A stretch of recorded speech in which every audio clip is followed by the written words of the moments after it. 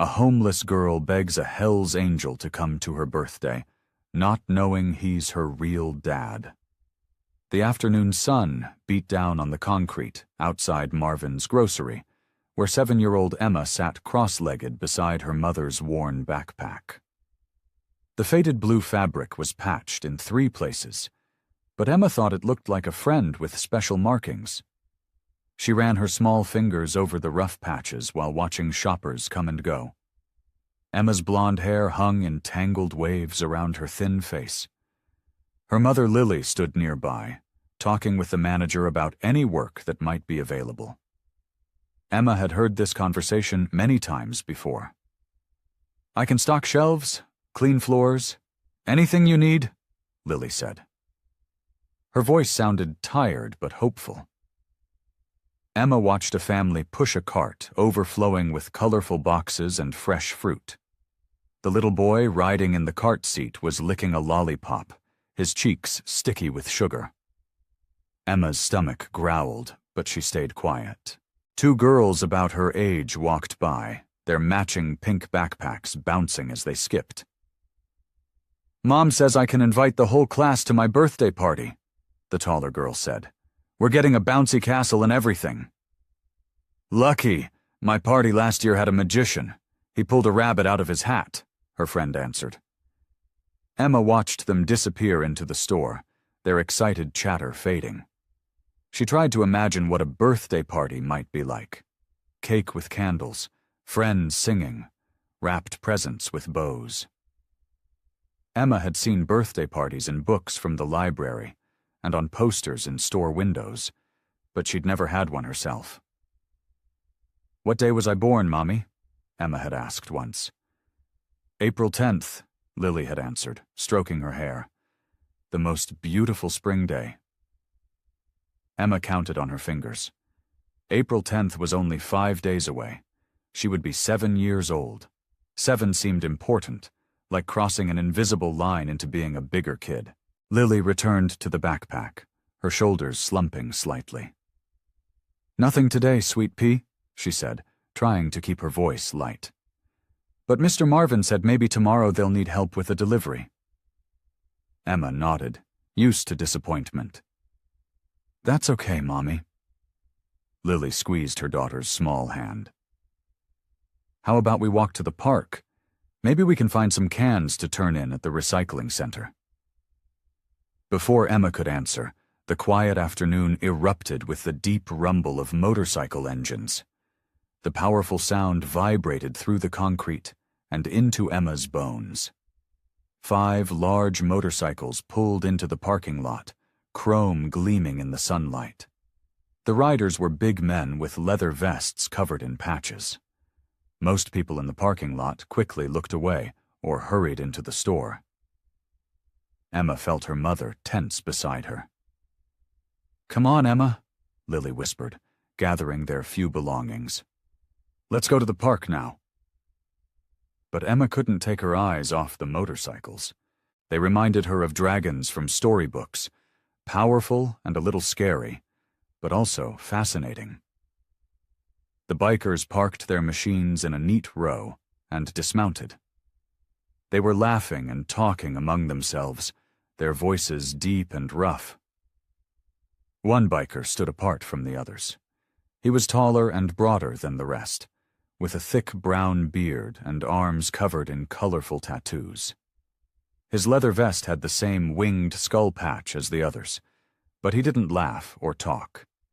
He simply nodded at something another biker said, then walked around the side of the building. "Emma, please," Lily urged, now standing. "Just 1 minute, Mommy," Emma said. Curiosity pulled her to her feet. She peeked around the corner of the building. The big biker was kneeling beside the dumpster, placing something on the ground. A skinny dog with patchy fur crept forward, its tail tucked between its legs. The biker stayed perfectly still until the dog reached the food he'd left, what looked like half a sandwich. "It's okay," the man said in a surprisingly gentle voice. "Nobody's gonna hurt you." The dog sniffed the food, then quickly began to eat. The biker nodded, satisfied, and stood slowly so as not to scare the animal. Emma watched with wide eyes. This giant man with the scary motorcycle and skull patches was feeding a stray dog. He didn't look mean at all when he talked to the dog. As the biker turned to leave, Emma stepped back, but not quickly enough. His eyes met hers. They were dark brown and surprisingly kind.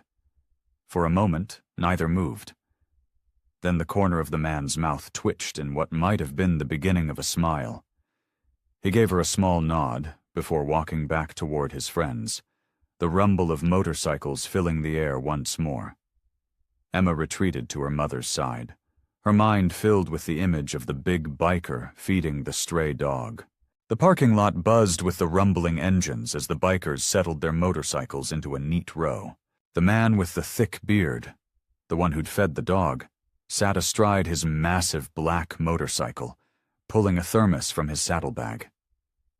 "Emma, stay close to me," Lily whispered, her hand finding Emma's shoulder. The girl nodded but couldn't stop stealing glances at the bearded biker. Unlike his laughing friends, he sat alone, unscrewing the cap of his thermos. Steam rose from it as he poured coffee into the cup-shaped lid. His massive hands, covered in faded tattoos, dwarfed the small container. "Is that the same man from before?" Emma asked, pointing discreetly. Lily followed her daughter's gaze and frowned.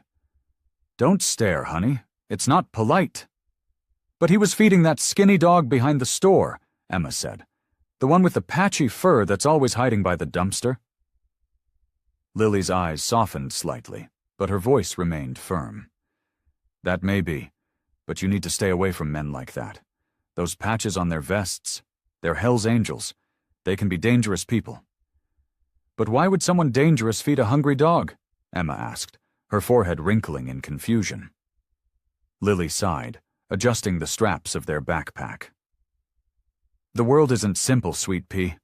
People are complicated. Even people who do some nice things can still be dangerous."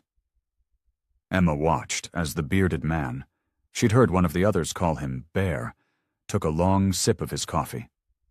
He didn't look scary now. He looked lonely, maybe, like the stray dog. "Can we stay a little longer?" Emma asked. "I just want to watch the motorcycles."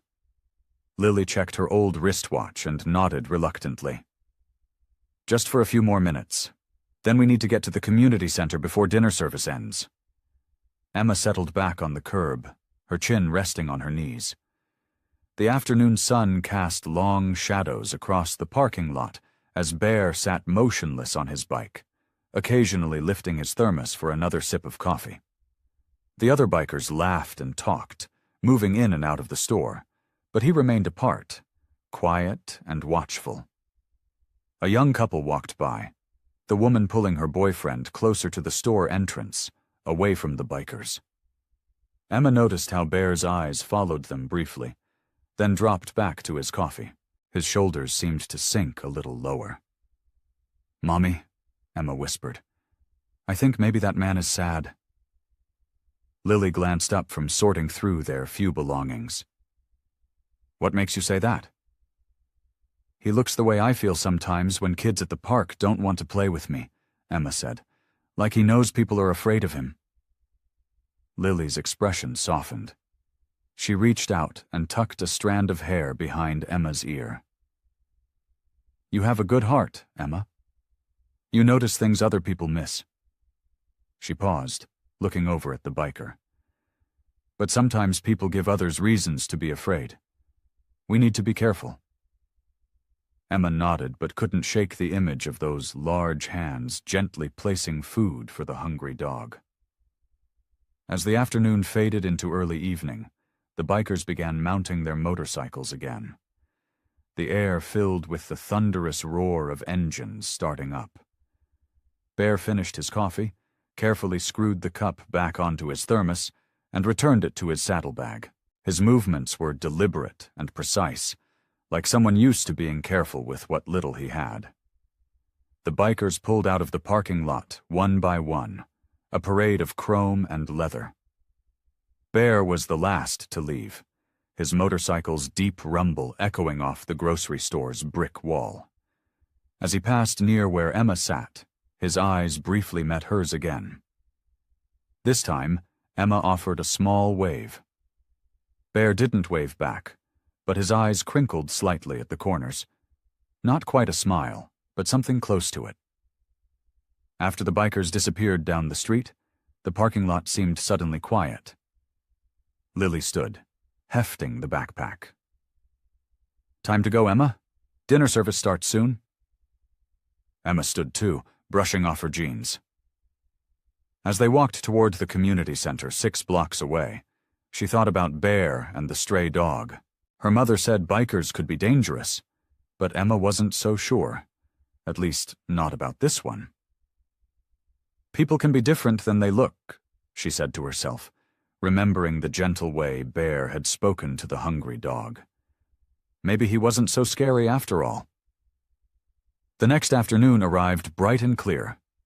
Emma sat on the same concrete curb outside the grocery store, her legs swinging back and forth as she watched shoppers come and go. Behind her, Lily stood talking with the store manager about possible cleaning work. The manager's face looked pinched with worry as he shook his head. "I'm sorry, ma'am. Business is slow this month. I just can't afford extra help right now." Emma pretended not to hear the disappointment in her mother's voice, as she thanked him anyway. She'd gotten good at pretending things didn't hurt. Instead, she focused on scanning the parking lot for any sign of motorcycles. "No luck today," Lily said, returning to sit beside Emma. She placed their backpack between them, unzipping the front pocket to count the few dollars they had left. "We might need to try the gas station down the road next." Emma nodded, but her attention remained fixed on the entrance to the parking lot. "Do you think the bikers will come back today?" Lily sighed. "I don't know, Sweet Pea. And remember what I told you about staying clear of them?" "I remember," Emma said, tracing patterns in the dust with the toe of her sneaker. The rubber was starting to separate from the canvas on the left one. "I just wanted to see if the man feeds the dogs again." A delivery truck pulled into the loading area behind the store, and Emma watched as workers began unloading boxes. Her stomach growled softly. Sometimes the bakery section would put day-old bread in the clearance bin. With any luck, they might find something they could afford. "Can we check the discount rack, Mom?" Emma asked, pointing toward the store. Lily's face softened. "Sure. Let's see what they have." Inside, they made their way to the back of the store where a small wire basket held marked-down items. Emma's face fell when she saw it was nearly empty. Just a dented can of beans and a box of pasta with a torn corner. "Maybe tomorrow," Lily said, squeezing Emma's shoulder gently. As they headed back outside, Emma heard it, the low rumble of motorcycles in the distance. Her heart quickened as she hurried to their spot by the curb, eyes fixed on the parking lot entrance. "They're coming back," she whispered, more to herself than to Lily. Sure enough, 3 motorcycles rolled into the lot. Emma recognized Bear immediately by his size and the way he sat straighter than the others on his bike. The 3 men parked their motorcycles and headed into the store, Bear trailing behind the others. "He's here," Emma said, tugging at her mother's sleeve. "Emma, please," Lily warned. "Don't stare." But Emma couldn't help herself. There was something about the big man that made her curious. While the other bikers laughed and joked with each other, Bear remained quiet, his face serious beneath his thick beard. The minutes ticked by slowly as Emma waited. Lily pulled out an old paperback book with a cracked spine and began reading, occasionally glancing up to check on her daughter. Finally, the store doors slid open, and the bikers emerged carrying bags. The 2 smaller men headed straight for their motorcycles, but Bear paused. He stood for a moment, scanning the area until his eyes settled on something behind the store. With a slight nod to his friends, he walked toward the back of the building. Emma straightened, watching intently. "Mom, I'll be right back," she said, starting to stand. Lily caught her wrist. "Emma, no, stay here with me." "I just want to see what he's doing," Emma pleaded. "I'll stay by the corner, I promise." Lily hesitated, then released her grip. "You stay where I can see you. Don't go around the corner, understand?" Emma nodded eagerly and walked to the edge of the building. From there, she could just barely see Bear kneeling behind the dumpster. From one of his grocery bags, he pulled out a package of hot dogs and a small loaf of bread. With large but careful hands, he opened both and began tearing them into pieces. A soft whistle escaped his lips. Not loud, but gentle. Within moments, the skinny dog from yesterday appeared, followed by 2 others Emma hadn't seen before. They approached cautiously, heads low and tails tucked. "It's okay," Bear said in a voice so quiet Emma almost couldn't hear it. "Nobody's gonna hurt you." The dogs crept closer as Bear set the food on the ground and stepped back. His face, usually stern and intimidating, softened as he watched them eat. For just a moment, Emma thought she saw him smile. When the food was gone, Bear crouched down again and carefully poured water from a bottle into a shallow depression in the asphalt. The dogs lapped it up eagerly while he watched in silence. Emma felt a strange warmth in her chest. She'd been right about him. Bear finally stood, gathering his empty packages. He gave the dogs one last look before turning away. As he rounded the corner, he nearly bumped into Emma. For a heartbeat, their eyes met, his wide with surprise, hers bright with discovery. Then, without a word, he continued past her, back to his waiting motorcycle. Emma watched him go, certain now of what she'd suspected all along. The man called Bear wasn't scary at all. He was kind. The afternoon sun dipped lower in the sky, casting long shadows across the grocery store parking lot. Emma had returned to her spot on the curb after watching Bear feed the stray dogs. Her mother sat beside her, folding and refolding an old job application form she'd picked up earlier that week. The parking lot had grown busier as people stopped to grab ingredients for dinner on their way home from work. Emma watched them all. Men in dusty work boots, women in office clothes, teenagers with backpacks, everyone with somewhere to go, someone waiting for them.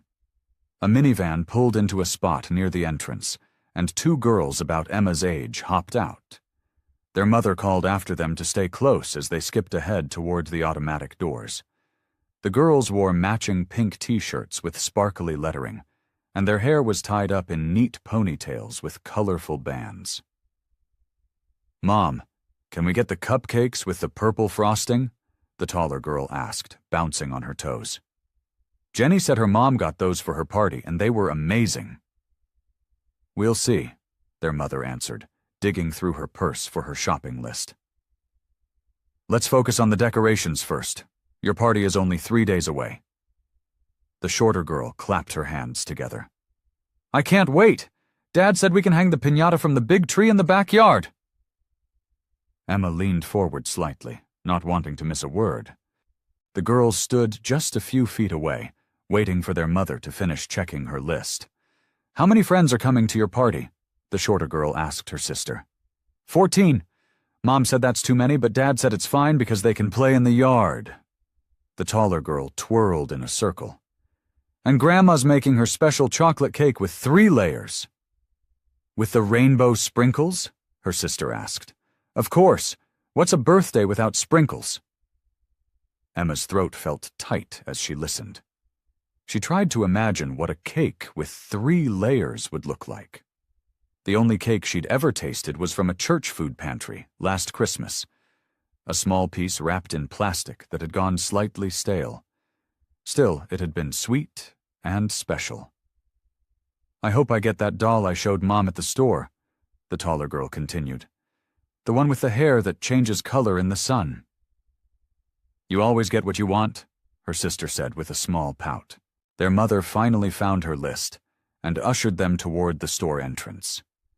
"Come on, girls. We still need to get balloons, plates, and party favors for your friends."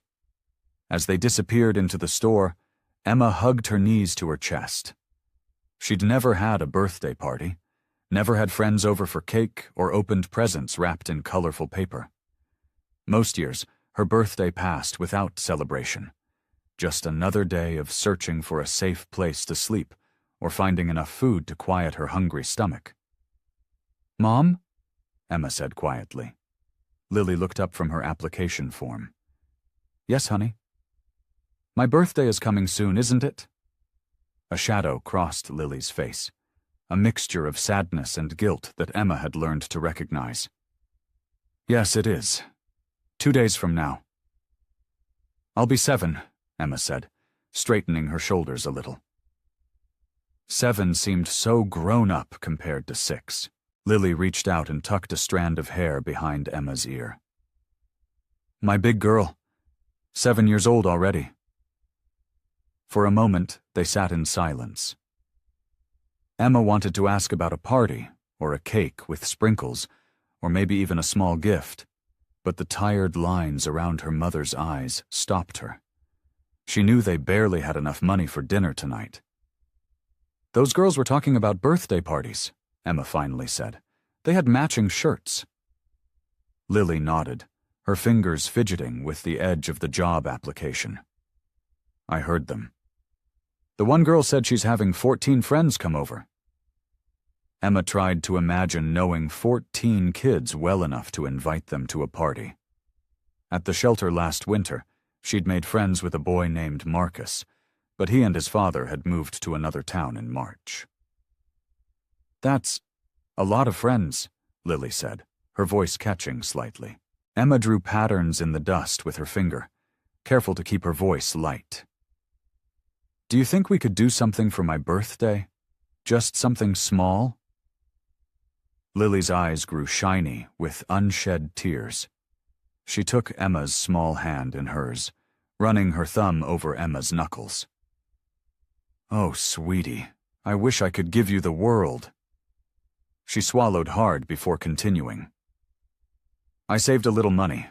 I can get you a cupcake, one with frosting, but that's all I can manage right now." "A cupcake would be nice," Emma said quickly, not wanting her mother to feel worse. "Maybe with sprinkles?" Lily nodded, blinking rapidly. "I'll try to find one with sprinkles." The next afternoon, Emma sat on the same concrete curb outside the grocery store. Her legs swung back and forth, not quite reaching the ground. She had washed her face extra carefully that morning in the gas station bathroom, where her mother had taken her to clean up. Her blonde hair was still damp from the quick rinse, but she had combed it with her fingers until most of the tangles were gone. "Remember to stay where I can see you," Lily called over her shoulder as she approached a man putting up a "Help Wanted" sign in a nearby shop window. "I will, Mom," Emma promised, though her attention was focused on the parking lot entrance. The sun beat down on the asphalt, making heat waves rise like invisible ghosts. Emma squinted against the brightness, watching and waiting. Her stomach fluttered with a mix of excitement and nervousness. Today was different. Today she had a plan. The familiar rumble came first, a deep growling sound that vibrated through the ground before the motorcycles even appeared. Emma sat up straighter, her heart beating faster as 3 bikes pulled into the parking lot. She recognized Bear immediately. He was the biggest of the 3 men, with a full beard and tattooed arms that looked like colorful picture books from a distance. The bikers parked their motorcycles in their usual spot near the side of the building. 2 of them headed straight for the store entrance, laughing about something Emma couldn't hear. But Bear stayed behind, lighting a cigarette and leaning against his bike. Emma watched as he reached into his leather jacket pocket and pulled out a small paper bag. Just like yesterday and the day before, he walked toward the alley beside the grocery store. From her spot, Emma could see the 2 stray dogs already waiting for him, a scruffy brown mutt and a smaller black one with a white patch on its chest. Bear knelt down, his massive frame somehow looking less intimidating as he unwrapped what looked like sandwich meat and placed it on the ground for the dogs. He didn't pet them or talk to them that Emma could see. He just watched them eat, making sure they both got their share. Emma took a deep breath. Her birthday was tomorrow, and she might not see Bear again before then. It was now or never. Slowly, she stood up and brushed off the back of her faded jeans. Her mother was still talking to the store owner and hadn't noticed her movement. Emma's legs felt wobbly as she began walking toward the big man with the kind heart.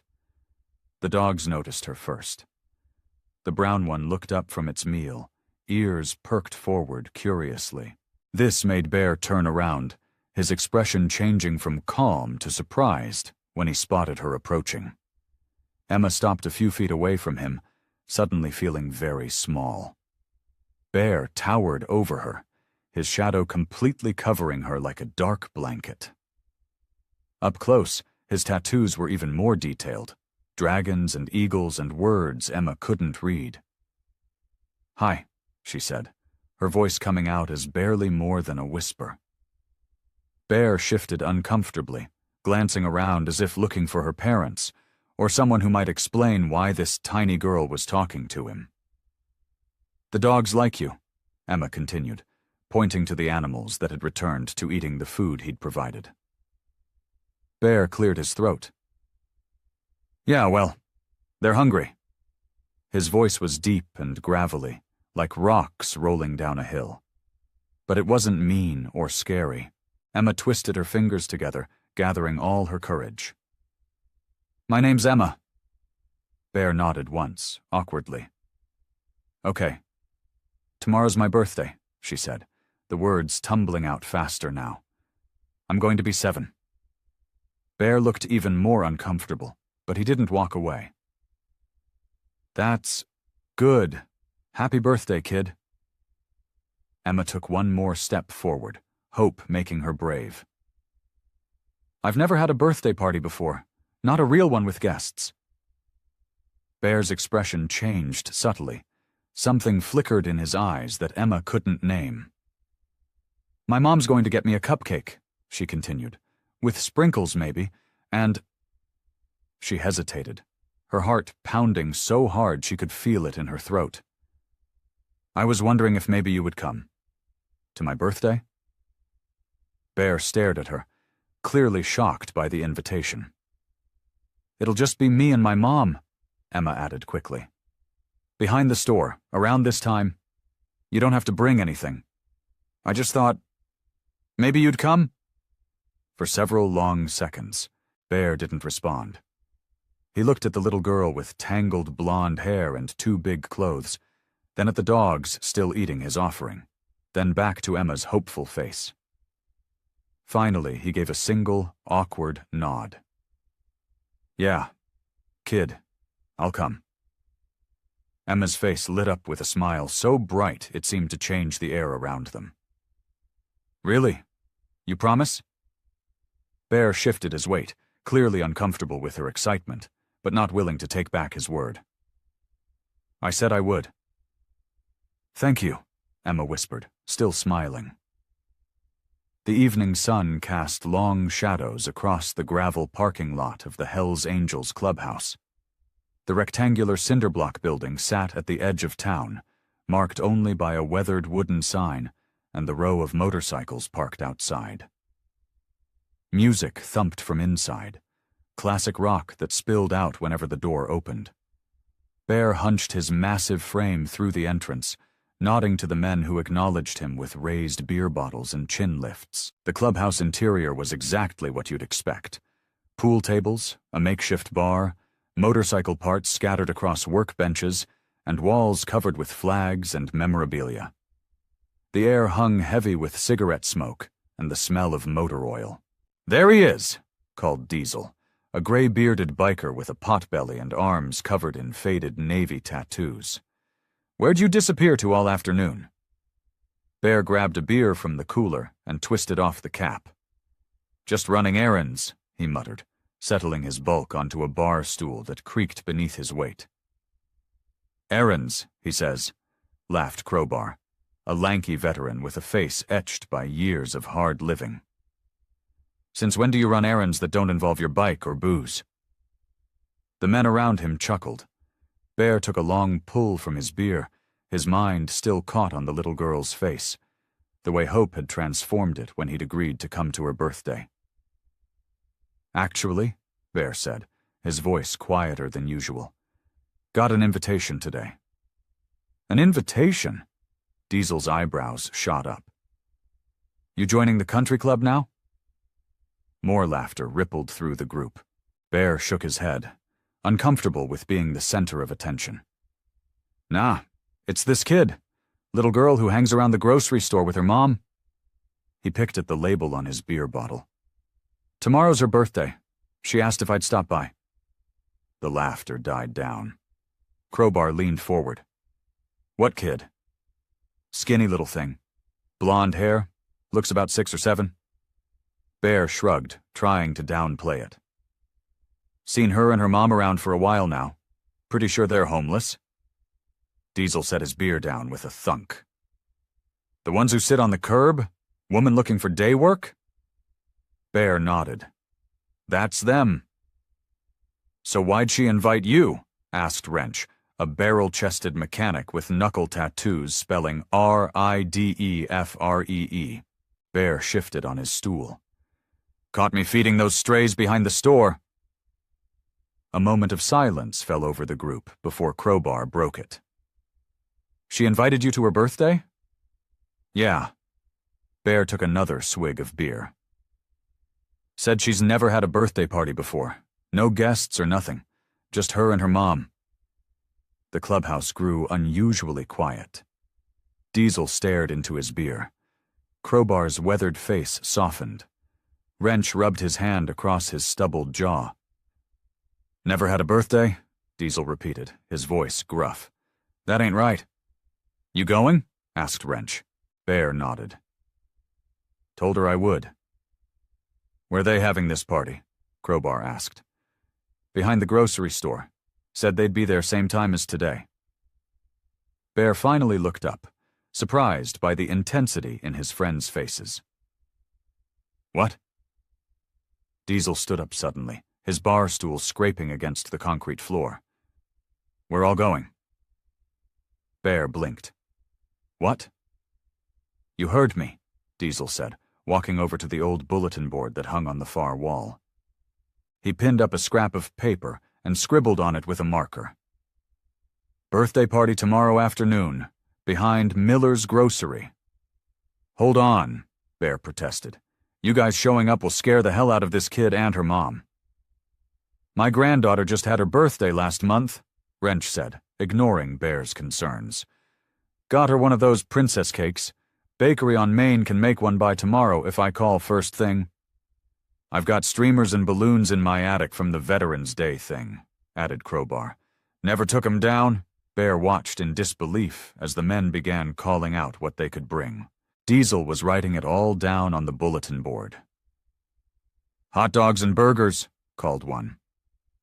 I can grab a folding table from my garage, said another. What about a gift? Asked Wrench. Girls like dolls, right? My niece got a bike for her birthday, Crowbar suggested. Made her happier than anything else. Bear stood up, holding his hands out. Guys, come on. This is just a homeless kid. She's expecting me to show up for 5 minutes, not the whole damn club with a carnival. Diesel turned to Bear, his expression uncharacteristically serious. When's the last time we did something that mattered, huh? Something that wasn't about us? The clubhouse went quiet again. Listen, Diesel continued, his voice softer. Half the guys in this room grew up with nothing. Some of us never had birthdays either. He looked around at the nodding heads. This little girl had the guts to ask a scary-looking son of a bitch like you to her birthday. Least we can do is make it one she'll remember. Bear looked around the room at the faces of men whom most of the town crossed the street to avoid. He saw something there he hadn't noticed in a long time. A purpose that had nothing to do with bikes or brotherhood or raising hell. Fine, Bear conceded. But don't go overboard. Wrench slapped him on the back. Too late for that, brother. Way too late. Morning light spilled across the small clearing behind Miller's grocery, where a row of dumpsters and a few scraggly trees created a semi-private space. Emma sat cross-legged on a flattened cardboard box, carefully smoothing out the wrinkles in her faded blue dress. The nicest thing she owned. Her blonde hair was neatly combed, still damp from the gas station bathroom where Lily had helped her wash up. "Is it time yet?" Emma asked, squinting at the sun to guess the hour. Lily knelt beside her, arranging their few possessions to make the space look tidier. Dark circles hung beneath her eyes, but she smiled warmly at her daughter. "Almost, sweetie. It's your special day." Lily's voice held a forced cheerfulness. She reached into her worn backpack and pulled out a small paper bag, handling it with extraordinary care. Emma's eyes widened. "What's that?" "Can't have a birthday without a little something special," Lily said. She opened the bag and removed a single chocolate cupcake with a tiny candle stuck in the center. The frosting was slightly smashed on one side, but to Emma it looked magnificent. "A real cupcake," Emma gasped, her hands clasped together. "It's beautiful, Mom." Lily's eyes glistened. "Happy birthday, my sweet girl." She reached back into her bag and produced a book of matches. "Want to light the candle when it's time?" Emma nodded solemnly, then glanced towards the parking lot. "Do you think he'll really come?" Lily's smile faltered. "The biker?" She sighed. "I don't know, honey. People say things sometimes." "He will," Emma said with quiet certainty. "He feeds the dogs when nobody's looking. That means he's good inside." Lily arranged a few wildflowers she'd picked that morning in an empty soda bottle. "Well, even if it's just us, we'll make it special. That's what matters." Emma nodded, but her eyes kept drifting toward the parking lot. She picked at a loose thread on her dress and whispered, "I've never had a birthday guest before." Lily's heart cracked a little at those words. She reached into her backpack again and pulled out a small package wrapped in newspaper. "I almost forgot. This is for you, too." Emma's face lit up. "A present?" She took the package reverently, as if receiving treasure. "Go ahead, open it." Emma carefully unwrapped the newspaper to reveal a small, plush puppy, its fur worn but clean. "Oh," she breathed. "He's perfect." "Found him at the thrift store," Lily said. "Thought you might like a little friend." Emma hugged the stuffed animal to her chest. "Thank you, Mom. This is already the best birthday ever." Lily blinked back tears and reached for the matches. "Let's light your candle and sing, okay?" Just as she struck the match, a low rumbling sound vibrated through the air. Emma's head snapped up. "Do you hear that?" Lily froze, the match burning down toward her fingers. She quickly shook it out. "Is that—" The rumbling grew louder, unmistakable now. Motorcycles, lots of them. Emma jumped to her feet, clutching her new stuffed puppy. "He came! Mom, he came!" Lily stood protectively beside her daughter as the first motorcycle rounded the corner of the building.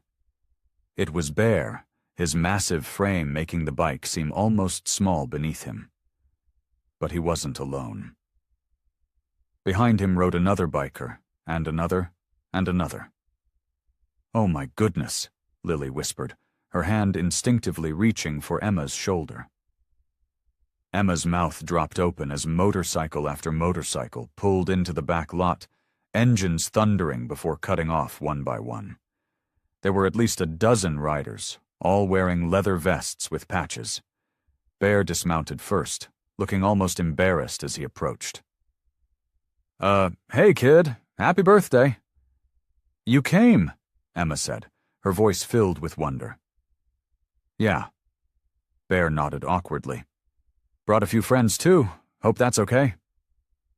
Behind him, the bikers began unloading items from saddlebags and backpacks. Colorful balloons tied to strings, a folding table, bags of food, a cake box, and most surprising of all, a shiny pink bicycle with streamers on the handlebars, which two men carefully wheeled forward.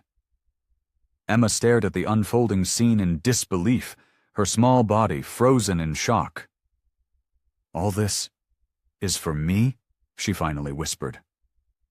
Lily stood speechless, watching as these intimidating men, covered in tattoos and leather, gently set up a birthday celebration in the small clearing behind the grocery store.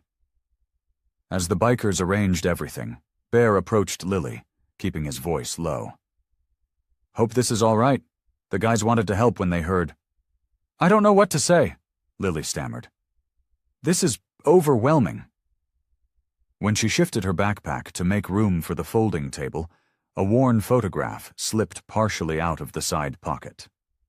Bear's eyes caught on it, and something in his expression changed.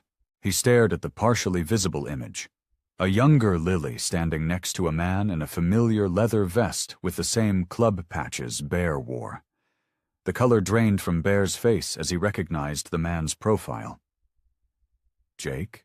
he whispered, his voice barely audible over Emma's delighted gasps as she was shown the birthday cake. Bear's fingers trembled as he pointed to the photograph peeking from Lily's backpack. His voice dropped low, barely audible over the cheerful commotion of the birthday party.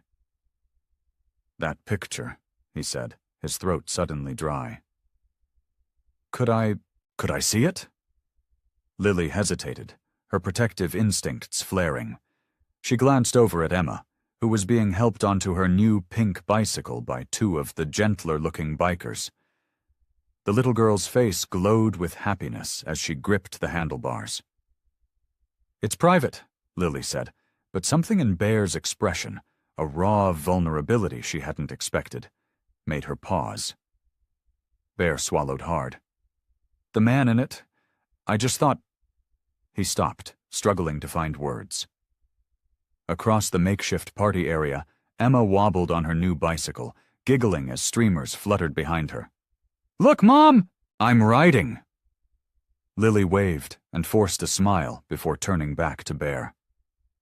"Why are you interested in my photograph?" Bear's massive shoulders seemed to curve inward. "I only saw a piece of it, but the vest, the patches—" His voice grew quieter. "The profile looked like someone I used to know." After a moment's hesitation, Lily carefully removed the photograph and held it close to her chest. "This is very important to me. It's all Emma has of her father." Bear nodded, his expression solemn. "I understand."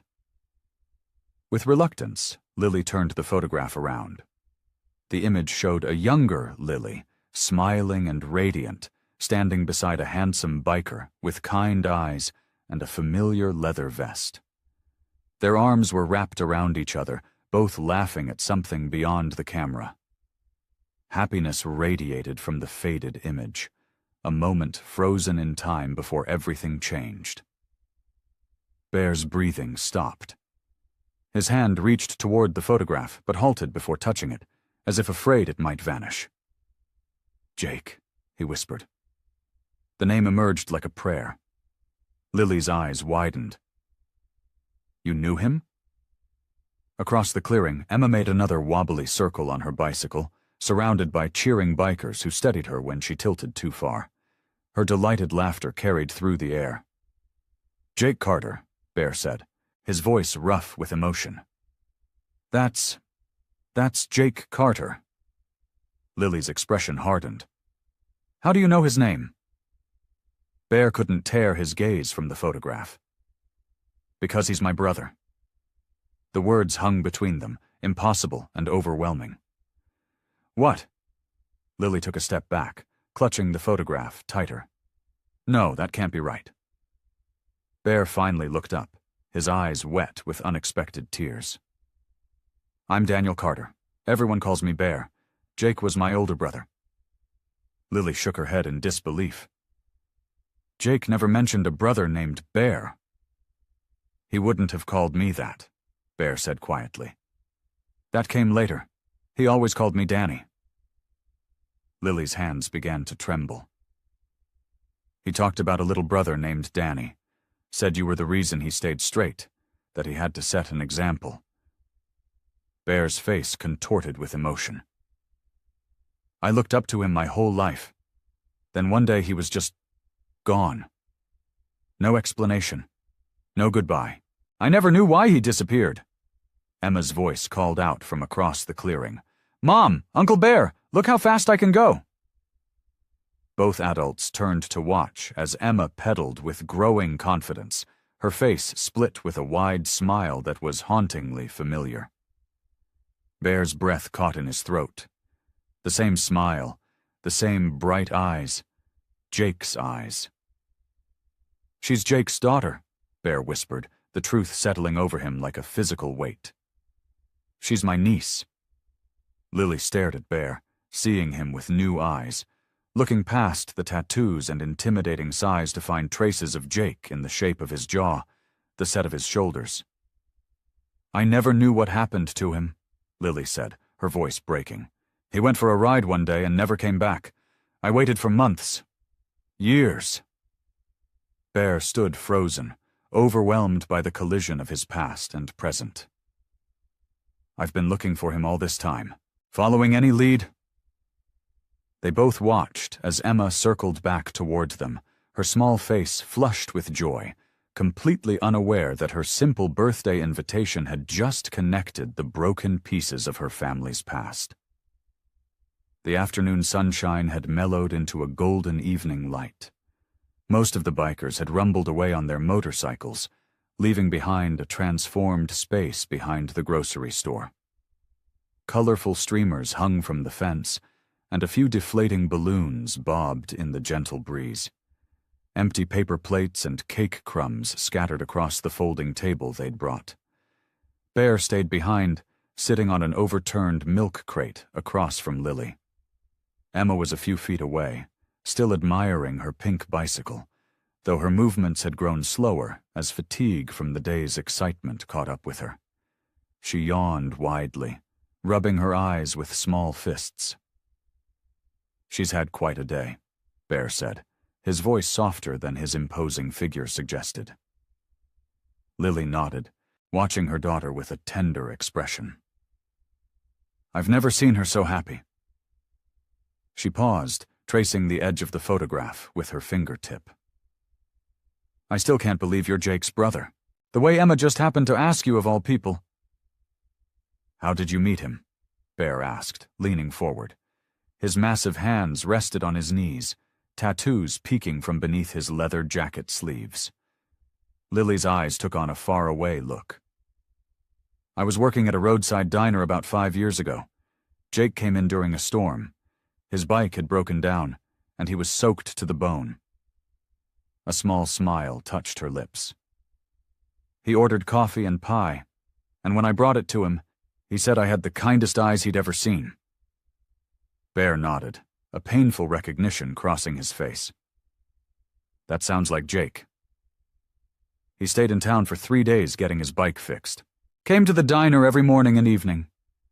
Lily brushed a strand of hair from her face. By the time his motorcycle was repaired, we'd fallen in love. Emma wobbled over on tired legs, the day's excitement finally catching up with her. She plopped down on the ground beside her mother, leaning against Lily's knee. Your brother was different from the other bikers I'd met, Lily continued, absently stroking Emma's hair. He talked about honor and loyalty. He told me that despite how people saw them, the club was about brotherhood and protection. It was for Jake, Bear agreed. He always saw the best in everything, in everyone. His eyes flicked toward Emma, who was fighting to keep her eyelids open. When I found out I was pregnant, he was overjoyed, Lily said, her voice growing quieter. He promised we'd be a family, said he'd protect us both forever. Emma's head had dropped against her mother's leg, her breathing deepening as sleep began to claim her. What happened? Bear asked, his deep voice barely above a whisper. Lily gently adjusted Emma's position to make her more comfortable. He started talking about leaving the club, about making a fresh start. Said it wasn't the right life for a family man. Her eyes grew distant. But he was worried about how to do it properly. He respected the brotherhood too much to just walk away. Bear's jaw tightened. He never told me any of this. He said he had to figure some things out first, make arrangements. Lily swallowed hard. Then one morning he kissed me goodbye and said he needed to take a long ride to clear his head, that he'd be back in 2 days with a plan for our future. The evening air had grown cooler, and Emma, now fully asleep, curled up on her side next to her beloved new bicycle. Bear removed his leather jacket and gently draped it over the small girl. "He never came back," Lily finished, her voice breaking slightly. "No call, no message, nothing. I waited at our apartment for weeks. Then the money ran out, and the landlord kicked us out." She glanced down at Emma. "I've been trying to keep us afloat ever since." Bear stared at his sleeping niece, Jake's features unmistakable in her peaceful face. "Jake wouldn't have abandoned you," he said with quiet certainty. "Not willingly. Something must have happened to him." Emma stirred slightly in her sleep, one small hand reaching out to touch the wheel of her pink bicycle, as if making sure it was still there even in her dreams. The rumble of Bear's motorcycle faded as he pulled into the gravel parking lot of the clubhouse. The weathered wooden building sat on the outskirts of town, its windows glowing yellow against the darkness. The neon sign above the door buzzed and flickered, casting alternating shadows across the row of motorcycles parked outside. Bear cut the engine and sat for a moment, his mind still back at the grocery store with Lily and Emma. With Jake's daughter. The thought twisted something deep in his chest. Inside, the clubhouse was surprisingly quiet. A few of the guys lounged around watching a basketball game on the ancient TV, beer bottles in hand. Rick, one of the older members, nodded at Bear from behind the makeshift bar. "How'd it go with the little girl after we left?" Rick asked, sliding a beer across the counter. Bear caught it with one massive hand. "Found out she's my niece." The bottle stopped halfway to his lips as Rick's eyebrows shot up. "Come again?" "Jake's kid," Bear said, his voice gruff. "The mother showed me a photo. It's him, all right." Rick let out a low whistle. "Well, I'll be damned." Bear took a long pull from his beer and headed toward the back room that served as his living quarters when he wasn't staying at his small apartment across town. He needed space to think. The room was sparse, just a bed, a dresser with a cracked mirror, and a chair in the corner. Bear sank onto the edge of the mattress, his weight making the springs creak in protest. He set his beer on the floor and ran both hands through his hair. Jake's face filled his mind. His older brother had always been the responsible one, the one who looked out for Bear after their mom died and their dad disappeared into a bottle. Jake had been 16 when he took on the job of raising his 12-year-old brother. Bear leaned back against the wall and closed his eyes. Memories washed over him like waves. Jake teaching him to fix a motorcycle engine in the backyard of their rundown house. Jake working 2 jobs to keep food on the table. Jake stepping between Bear and their drunk father during one of the old man's rages. Jake pulling Bear out of a bar fight that could have landed him in jail. "You're better than this," Jake had said that night, his hand firm on Bear's shoulder. "You've got a good heart. Don't let anger destroy it." Bear opened his eyes and stared at the ceiling. How many times had Jake bailed him out of trouble? How many times had his brother believed in him when no one else did? And now Jake was gone. And his daughter, Bear's niece, was sleeping behind a grocery store. Bear stood up and paced the small room, unable to sit still. The fact that Emma had picked him out of all people to invite to her birthday seemed impossible, like some kind of sign. The kind of thing Jake would call meant to be. The digital clock on the dresser read 2:17 a.m. when Bear finally gave up on sleep. He pulled out his phone and scrolled through his contacts until he found Mac. The garage owner answered on the fourth ring, his voice rough with sleep. "This better be important, Carter."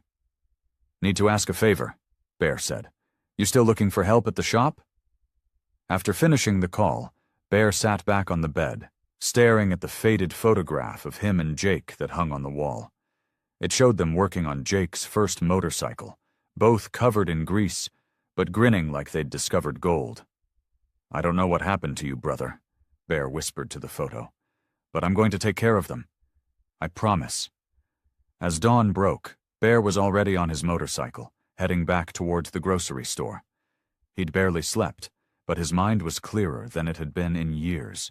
Emma and Lily were family. Jake's family, which made them his responsibility now. The morning air was crisp against his face as he rode, planning what he would say when he arrived. He couldn't replace Jake, but he could do what his brother would have wanted.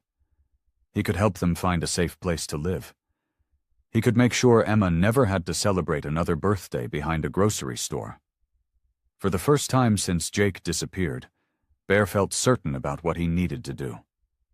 The sun peeked over the horizon, painting the sky in soft shades of pink and orange as Bear pulled his motorcycle into the grocery store parking lot. The rumble of his engine echoed across the nearly empty space as he parked near the back of the building. In one hand, he clutched a paper bag containing warm breakfast sandwiches wrapped in foil. He spotted them immediately. Emma and Lily huddled together on their usual bench. The pink bicycle leaned against the wall beside them, its new paint gleaming in the early morning light. Bear's chest tightened at the sight of them, his brother's family, starting another day without a proper home. Emma looked up at the familiar sound of his motorcycle. Her face lit up like a Christmas tree, and she jumped to her feet, waving excitedly. "Bear!" she called out, bouncing on her toes. "You came back!" Bear nodded, swinging his leg over his bike and approaching them with careful steps. Lily watched him with cautious eyes, but he could see something new there. A glimmer of hope, perhaps, or at least less fear than before. "Brought breakfast?" he said, holding up the paper bag. His voice sounded rough even to his own ears. He cleared his throat. "Nothing fancy, just eggs and bacon on bread." Emma rushed forward and wrapped her arms around his waist, her head barely reaching his stomach. Bear froze, unsure what to do with the sudden show of affection. After a moment, he awkwardly patted her back with his free hand. "Thank you, Uncle Bear." Emma beamed up at him, and the words hit him like a physical blow. Uncle Bear. She already saw him as family. Lily stood up slowly, brushing dust from her worn jeans. "Emma, honey, he's not really your—" "It's okay," Bear interrupted, surprising himself. He handed the bag to Emma, who immediately peeked inside and inhaled deeply. "I don't mind." They sat together on the bench, Emma between them, as they unwrapped the sandwiches. Bear watched as Emma took a huge bite, her eyes closing in delight as she chewed. Such a simple thing, a warm breakfast. But the joy on her face made it seem like he'd handed her the world. "So good," she mumbled around her mouthful. "Way better than cold cereal." Lily took smaller bites, her eyes darting occasionally to Bear. "Thank you," she said quietly. "You didn't have to do this." Bear shrugged. "Jake would have wanted me to help." He paused, then added, "He always looked out for me when we were kids." "He talked about you," Lily said, a sad smile touching her lips. "His little brother who wasn't so little anymore. He was proud of you." Bear looked away, uncomfortable with the idea. What had Jake been proud of? His string of bar fights? The nights in county lockup? Bear knew the truth. Jake had been the good one, not him. Emma finished her sandwich in record time and hopped off the bench. "Can I ride my bike?" she asked, looking between Lily and Bear. Lily nodded. "Stay where we can see you." Emma rushed to her bicycle, carefully standing it upright. Bear watched as she swung her leg over and settled onto the seat, her feet barely reaching the pedals. The bike was still a little big for her, but she didn't seem to mind. Her face was a picture of concentration as she pushed off and began wobbling across the parking lot. "She loves that bike more than anything," Lily said softly. "It's the first real gift she's ever had." Bear grunted in acknowledgement, his eyes fixed on Emma as she made wide, unsteady circles in the empty lot. "I got a buddy who owns a garage," he said after a moment. "He's looking for help. Not much, but it's steady work." Lily turned to him, surprise evident on her face. "For me?" Bear nodded. "Told him you'd stop by today if you wanted." Yes, of course," Lily stammered. "Thank you. I've been trying to find something steady for months." As they talked about the details, Bear kept watching Emma pedal across the lot. Her circles grew more confident with each lap, her smile widening. When she hit a small pothole and wobbled dangerously, Bear found himself half rising from the bench, ready to rush to her side. She recovered quickly, laughing at her near fall, but Bear's heart had jumped to his throat. The feeling surprised him. That instant, powerful urge to protect her. It was unfamiliar yet somehow natural, as if some dormant instinct had suddenly awakened. He settled back onto the bench, but his eyes never left Emma as she continued riding. Pink streamers fluttering from her handlebars like tiny flags of victory. The afternoon sun hung high in the sky, casting shorter shadows across the grocery store parking lot. Emma sat cross-legged on the curb, carefully coloring in a picture book one of the bikers had given her yesterday.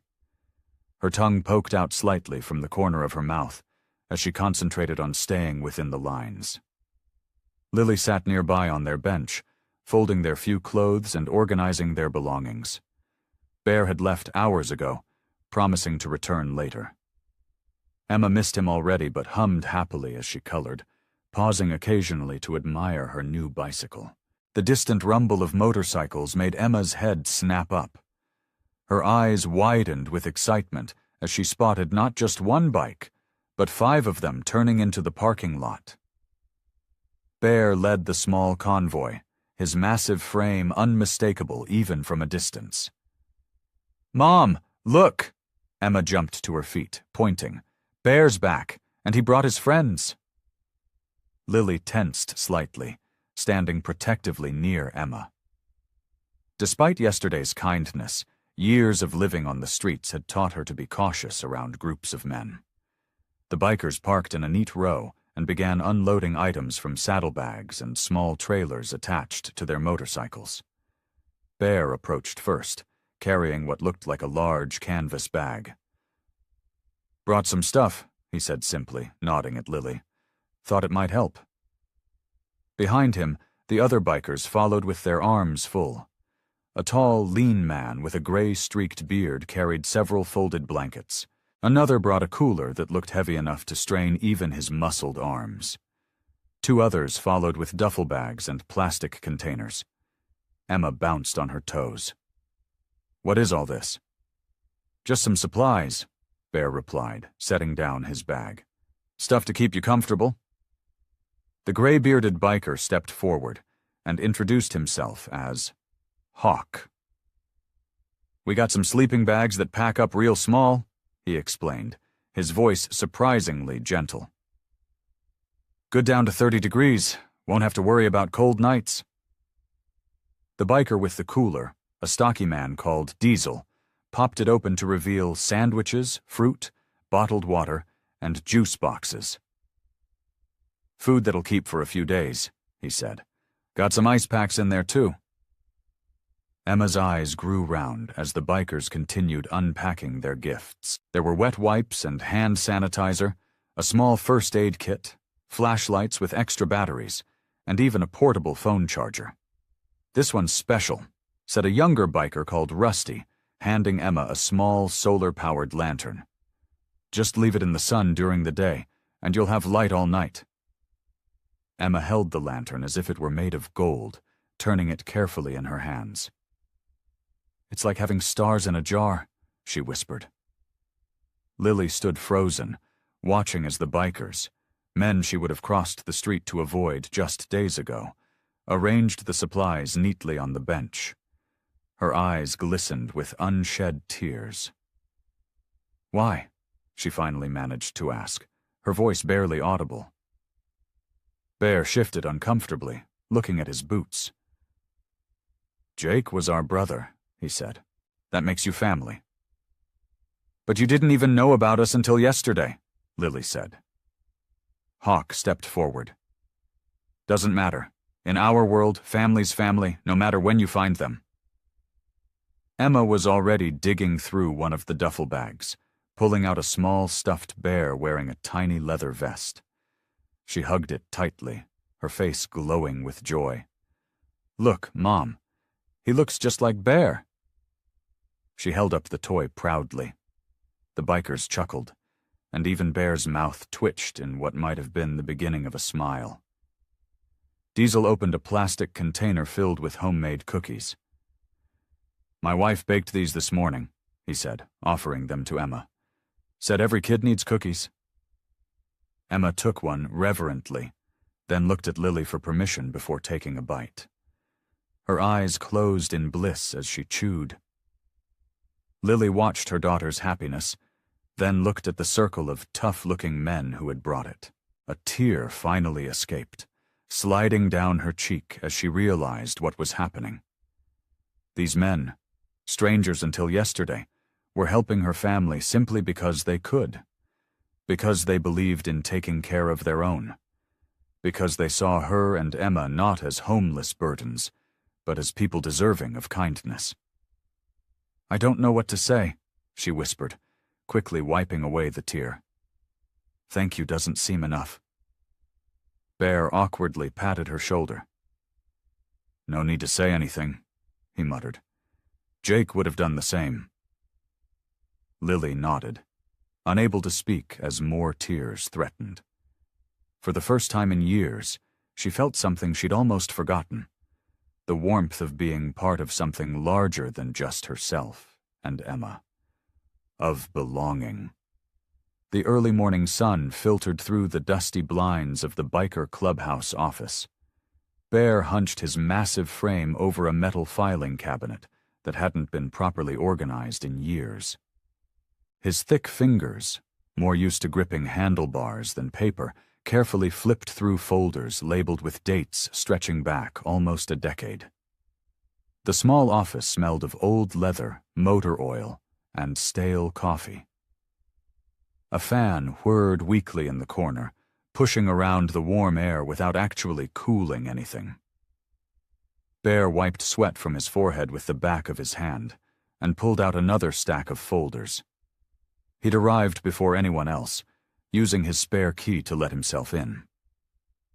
Bear wanted privacy for this search. Finding out about Jake, about what really happened to him, felt deeply personal. The revelation that Emma was his niece had shaken him to his core, and he needed answers. "Where are you, Jake?" Bear muttered, his voice sounding unnaturally loud in the empty room. The club kept detailed records of everything. Finances, meeting minutes, member information. But finding specific information required patience. Bear had never been known for patience, but today was different. For Emma and Lily, he would take all the time needed. He pulled out a thick binder marked Member Status and began flipping through the pages. Halfway through, he found Jake's entry. The last update, dated nearly 5 years ago, simply said, "Status unknown. Presumed deceased." No details. No explanation. Bear's jaw tightened. How could his brother have vanished without anyone knowing what happened? The club always looked after their own. Moving to the computer, an ancient desktop that wheezed to life when Bear pressed the power button. He began searching through digital records. The club had started keeping electronic files about 7 years ago, though many of the older members still preferred paper. Bear typed Jake's member number into the database. Several files appeared, mostly routine stuff. Dues payments, bike registrations, club meeting attendance. Nothing that explained his disappearance. Then Bear noticed a subfolder labeled Financial. Inside were records of an account Bear barely remembered opening years ago. Jake had insisted they set up a joint savings account back when Bear had first joined the club. Just in case, Jake had said at the time. Bear had forgotten all about it. Clicking through the transaction history, Bear's eyes narrowed.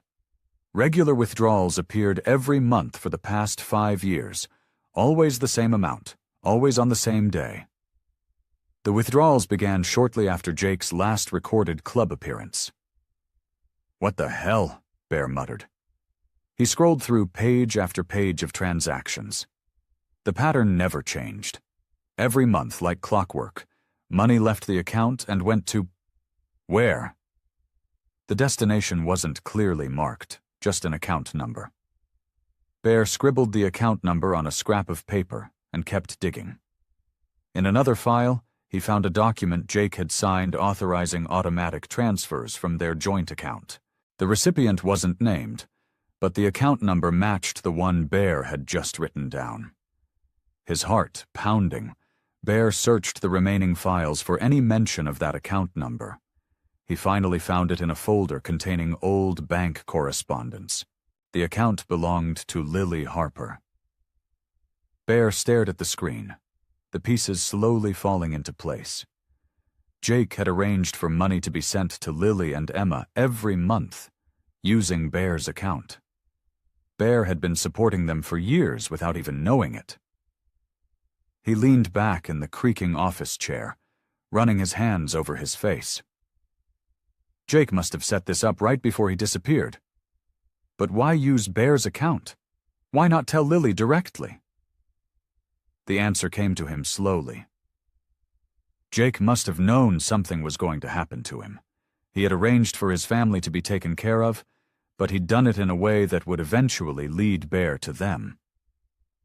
Bear looked again at the transaction history. The last payment had gone out just 3 days ago, right around Emma's birthday. The account was running low now, with only a few months of payments left before it emptied completely. Jake had somehow known that Bear would find Emma and Lily before the money ran out. He had trusted his younger brother to step up when needed, even if Bear had never thought himself capable of such responsibility. Bear printed the account records with shaking hands. Jake hadn't abandoned his family. He'd done everything he could to protect them. Right until the end. Bear spread the printed documents across the cluttered desk. His large hands, marked with calluses and old scars, smoothed the wrinkled papers as he studied the transaction history more carefully. Each monthly payment had been precisely timed and executed. Nothing random about it. "You planned this," Bear whispered, as if Jake might somehow hear him. Every single detail. He found a sticky note attached to one of the older bank statements. Jake's handwriting, sharp and angled like their father's, had scrawled a reminder about setting up the automatic transfers. The date on the note was just 1 week before Jake disappeared. Bear leaned back in the chair, which groaned under his weight. The fan continued its useless battle against the heat as morning light streamed stronger through the blinds. Outside, he could hear the first rumbles of motorcycles as other club members began arriving for the day. He picked up a photo from the file. Jake standing proud beside his Harley, his arm around a much younger Bear. Jake had always been the responsible one, the planner, the protector. Even as kids, when their father's drunken rages sent them hiding in the closet, it was Jake who made sure Bear stayed quiet. Jake who took the worst of the beatings when they were discovered. "You set this all up," Bear muttered, connecting the pieces. "You knew something might happen to you." The realization felt like a physical weight on his chest. Jake hadn't simply vanished. He had prepared for the worst, a final act of protection for his family. And somehow, he had involved Bear in that protection without Bear ever knowing it. A folded letter slipped from between two account statements. Bear opened it with fingers that suddenly felt too large and clumsy. The letter was addressed to the bank, instructing them to maintain the automatic payments indefinitely until the account was depleted. Jake's signature stretched across the bottom, alongside Bear's own signature, one he barely remembered providing. "You made me co-sign this," Bear recalled suddenly. "Said it was just a formality for the club's emergency fund." Memory flooded back, Jake sitting across from him at this very desk, sliding papers for him to sign, explaining it was just standard procedure for all members. Bear had trusted his brother completely, signing without reading, never questioning why Jake seemed so intent on completing the paperwork that particular day. Bear shuffled through more documents, finding notes in Jake's handwriting about the payment schedule, about ensuring Lily would receive the money discreetly. One note simply read, "Bear will find them when it's time." The words hit him like a physical blow. Jake had absolute faith that Bear would eventually discover the connection, that he would step up when needed. Jake believed in him in a way that Bear had never believed in himself. Outside the office, the clubhouse was coming to life. Voices called greetings, the coffee machine gurgled, someone turned on the classic rock station that always played during daytime hours. But inside the small office, Bear remained frozen, staring at his brother's handwriting. "You thought I could do this," Bear whispered. "You trusted me with them." He gathered the papers with trembling hands, carefully placing them back into a folder. The magnitude of Jake's faith in him felt overwhelming. Bear had spent years believing he was the family disappointment, the one who couldn't stay out of trouble, who needed constant guidance, who would never measure up to his older brother. Yet Jake had entrusted him with the most precious people in his life.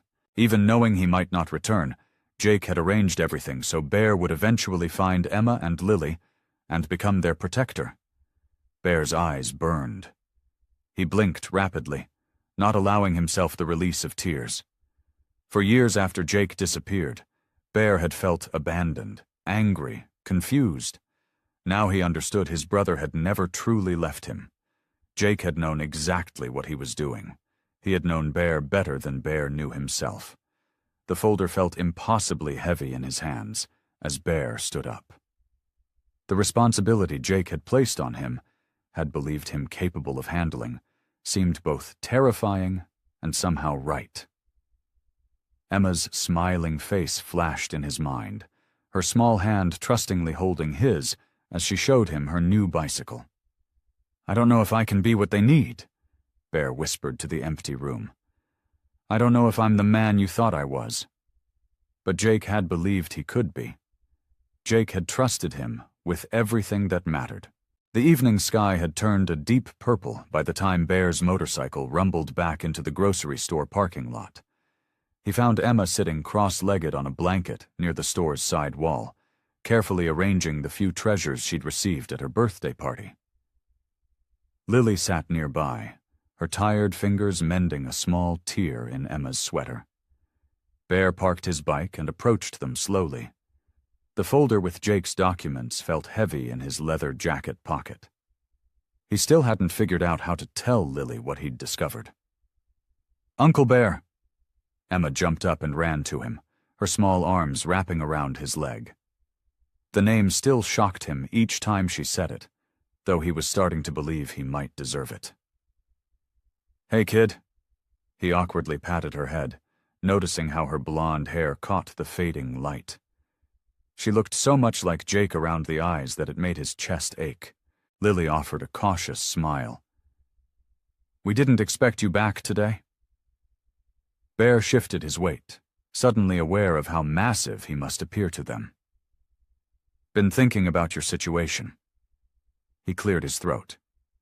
"Got some ideas about finding you both a better place to stay?" Lily's smile faltered. That's kind, but we manage okay. Jake would have wanted better for you both. The words came out before he could stop them. Emma looked up, her eyes wide. You knew my daddy. Mommy says he was the best daddy ever. Yeah, he was. A good man. Bear glanced at Lily, whose eyes had filled with tears. Look, I know some people. There's an empty trailer on the edge of town. Owner's a friend of the club. Might let you stay there while we fix it up. Lily started to protest, but Bear continued. Just to check it out. No strings. Nothing permanent unless you want it. After a moment of hesitation, Lily nodded. We could look, I suppose. Emma tugged at Bear's jacket. Can I bring my bike? Bear looked down at the pink bicycle leaning against the wall. Sure, kid. But first, how about we practice riding it a bit more? Getting dark soon, but we've got time. Emma's face lit up. She rushed to her bike, pushing it toward the open part of the parking lot. Bear followed, his heavy boots scraping against the asphalt. I can almost ride by myself, Emma announced proudly, climbing onto the seat. But sometimes I get scared when I go too fast. That's normal, Bear said, steadying the handlebars. Everyone gets scared sometimes. He positioned himself beside her, one large hand on the back of the seat, the other on the handlebar. Just pedal. I won't let you fall. Emma began pedaling, wobbling slightly as she gained speed. Bear jogged beside her, his massive frame looking oddly gentle as he guided the tiny pink bicycle across the empty lot. You're doing great, kid, he encouraged, as they completed their first lap around the lot. Want to try going a little faster? Emma nodded eagerly, her small legs pumping harder. The evening breeze caught her hair as they picked up speed. Bear kept pace, occasionally steadying the bicycle when it wobbled too much. I'm flying! Emma squealed, her face glowing with excitement. Look, Mommy, I'm flying! Lily watched from her spot by the wall, her expression a mixture of gratitude and lingering caution. She waved as Emma passed by, her smile growing more genuine each time her daughter circled the lot. After several laps, Bear gradually released his hold on the bicycle, letting Emma balance on her own for longer stretches.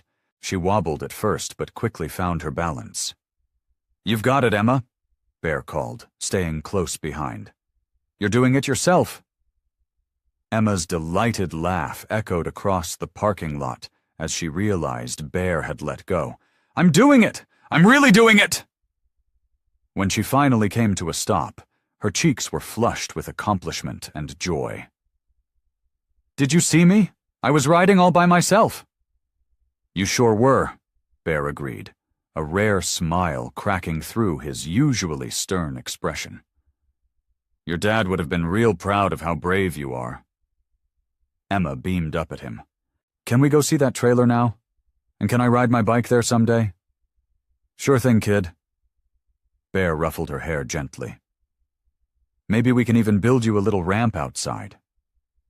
As they walked back toward Lily, Emma skipping beside him while pushing her bicycle, Bear felt something shift inside him.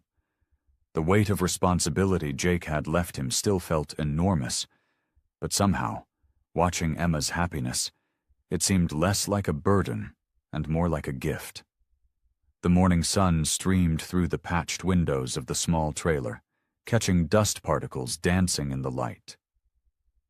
3 days had passed since Bear and the bikers had helped Emma and Lily move into the abandoned trailer at the edge of town. Though still rough around the edges, the place had already transformed from a forgotten shell into something resembling a home. Emma sat at a wobbly table coloring with crayons the bikers had brought her, humming softly to herself. The pink bicycle leaned against the wall near the door, its bright color a cheerful contrast to the faded wood paneling. Look, Mommy, Emma held up her drawing. This is our new house with flowers all around it. Lily smiled as she folded a pile of donated clothes on the small couch that doubled as her bed. That's beautiful, sweetheart. Maybe we can plant real flowers outside when the weather gets warmer. The trailer wasn't much. Just one main room with a tiny kitchenette, a bathroom with a shower that worked half the time, and a small bedroom where Emma now slept on a real bed for the first time in years. But after months of shelters and sidewalks, it felt like a palace. Uncle Bear said they're bringing a new stove today, Emma said, reaching for another crayon. And Mr. Rudy is going to fix the leaky pipes.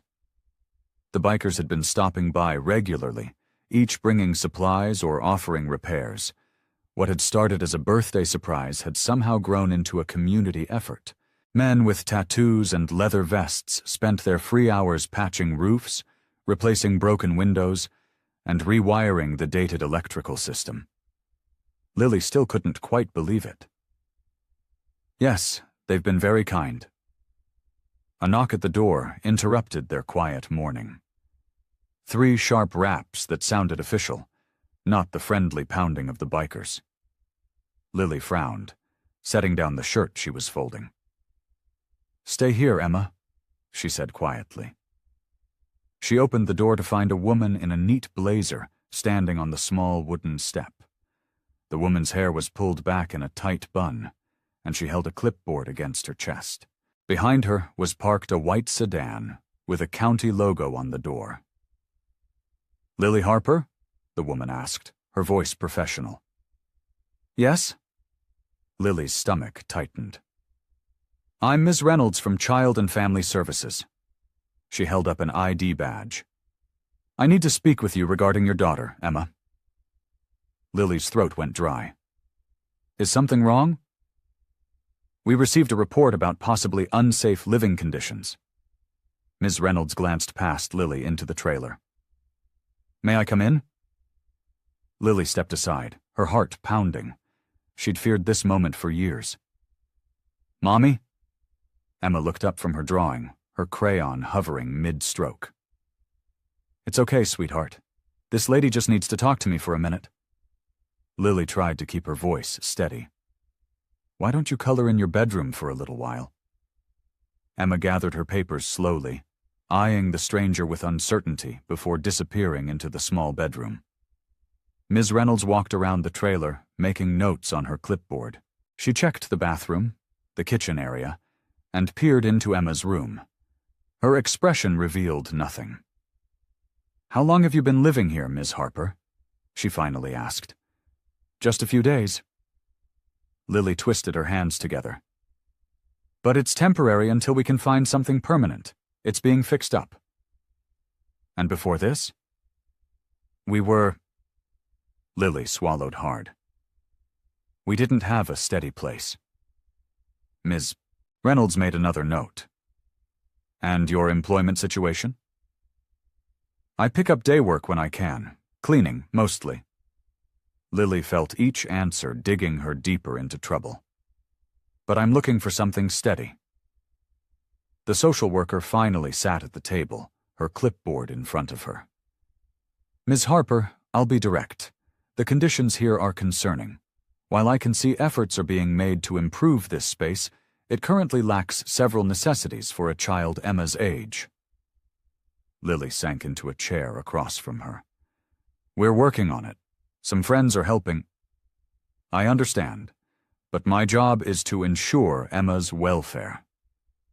Ms. Reynolds' voice softened slightly. "I've noticed a motorcycle club seems involved in your situation." "They've been helping us," Lily explained. "They're good people." Ms. Reynolds pressed her lips together. "Ms. Harper, I need to be clear with you. Child Protective Services requires stable housing and employment before we can consider this an appropriate environment for a child. Without immediate improvements and proof of steady income, we may need to place Emma in temporary foster care." The words hit Lily like a physical blow. "You want to take my daughter?" "I want what's best for Emma," Ms. Reynolds corrected.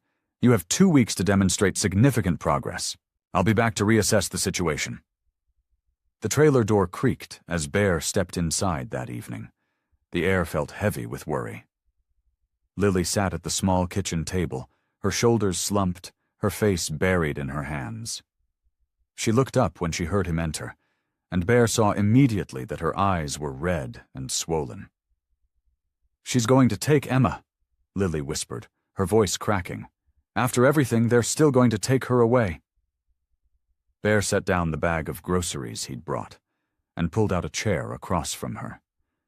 The metal legs scraped against the linoleum floor. "Tell me exactly what happened," he said quietly. Lily wiped her eyes with the back of her hand. "A social worker came by this morning, said someone reported us." Her voice trembled. "She looked at everything, made notes, said without proper housing and a steady job, Emma might need to go into foster care." A tear slid down her cheek. 2 weeks. That's all the time she gave us." Bear's large hands tightened into fists on the table. His knuckles, covered with faded tattoos, turned white. "We won't let that happen," he said firmly. "How?" Lily's voice rose in desperation. "Look around, Bear. This place is falling apart. I don't have a steady job. I'm trying, but—" She broke down, sobbing quietly into her hands. Bear reached across the table, his massive hand gently covering Lily's much smaller one. "Listen to me. Jake would never have given up, and neither will I." In the small bedroom off the main room, Emma sat cross-legged on her bed, clutching her stuffed rabbit to her chest. The thin walls of the trailer couldn't keep out her mother's distress. Emma had heard everything, the social worker that morning, and now her mother's tears. Bear's deep voice carried clearly as he continued. "The boys and I will speed up the repairs. Tommy's wife works at the diner downtown. She mentioned they need help. It's not much, but it's steady." "And what if it's not enough?" Lily asked, her voice barely audible. "What if they still take her?" "They won't," Bear insisted. "I promise you, Lily, I promised Jake I'd look after you both, and I mean to keep that promise." Emma hugged her rabbit tighter. "Take her where? Away from her mom? Away from Uncle Bear and her new bicycle?" Fear bubbled up inside her chest, making it hard to breathe. "I can't lose her, Bear," Lily's voice broke again. "She's all I have." "You won't lose her," Bear said firmly. "We'll work day and night if we have to. The Brotherhood takes care of its own." Emma couldn't sit still anymore. She slid off her bed, her small feet padding across the worn carpet. She pushed the door open slowly and stepped into the main room. Both adults turned to look at her. Her mother quickly wiped away her tears, trying to smile. "Hey, sweetheart," she said in a forced, cheerful voice. "I thought you were playing with your crayons." Emma's bottom lip trembled. "Are they going to take me away?" Lily looked stricken. "Oh, Emma!" She opened her arms, and Emma ran to her, climbing onto her lap. "Nobody's taking you anywhere," Bear said, his gruff voice gentle but firm. Emma looked at him, her eyes wide with fear. "That lady today, she wrote things down. She didn't smile at all." A tear slid down her cheek. "I don't want to go with strangers. I want to stay with you and Mommy." Bear leaned forward, his massive frame making the chair beneath him creak. "Listen to me, kid. That's not going to happen." "Promise?" Emma whispered. "I promise," Bear said without hesitation. Emma suddenly scrambled off her mother's lap. She crossed the small space to Bear and threw her arms around his neck, her tiny frame dwarfed by his massive shoulders. "Please don't let them take me away," she begged, her voice muffled against his leather vest. "Please, Uncle Bear." Bear's arms, covered in tattoos and scars from a hard life, enfolded her gently. He held her as if she were made of glass. "I won't," he said, his voice thick with emotion. "Not ever." Emma clung to him tighter, her small hands gripping his vest like a lifeline. Morning sunlight streamed through the dusty windows of the clubhouse as Bear pushed open the heavy wooden door. The familiar smell of motor oil, leather, and last night's beer greeted him.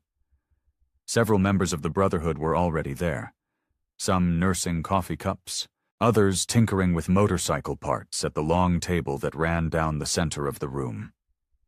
Bear's boots thudded against the wooden floor as he made his way to the front. Conversations quieted as the men noticed the tight set of his jaw and the dark circles under his eyes. "Need to talk to you all," Bear said, his voice gruff but controlled. "It's about Emma and her mom." Heads turned.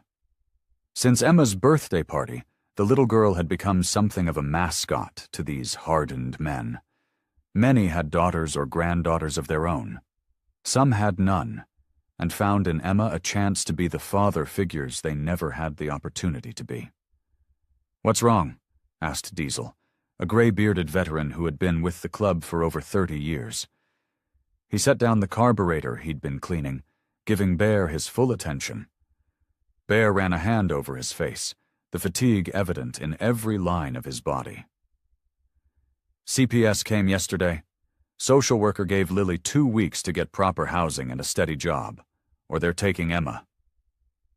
A rumble of angry mutters spread through the room. Chairs scraped against the floor as more men gathered closer. "So we go talk to these CPS people," suggested Wrench, a massive man with knuckles permanently stained with engine grease. "Explain things our way." He punched his right fist into his left palm for emphasis. Several men nodded in agreement, but Bear held up his hand, shaking his head firmly. "No, that's not how we're handling this." His voice cut through the room like a knife. "That's exactly what they expect from us, that we'll threaten our way through this. And it's exactly what will guarantee Emma gets taken away." The room fell silent. Bear rarely took such a definitive stance against club tactics. "This isn't about our pride or our reputation," Bear continued, his voice softening slightly. "This is about a little girl who's already lost enough."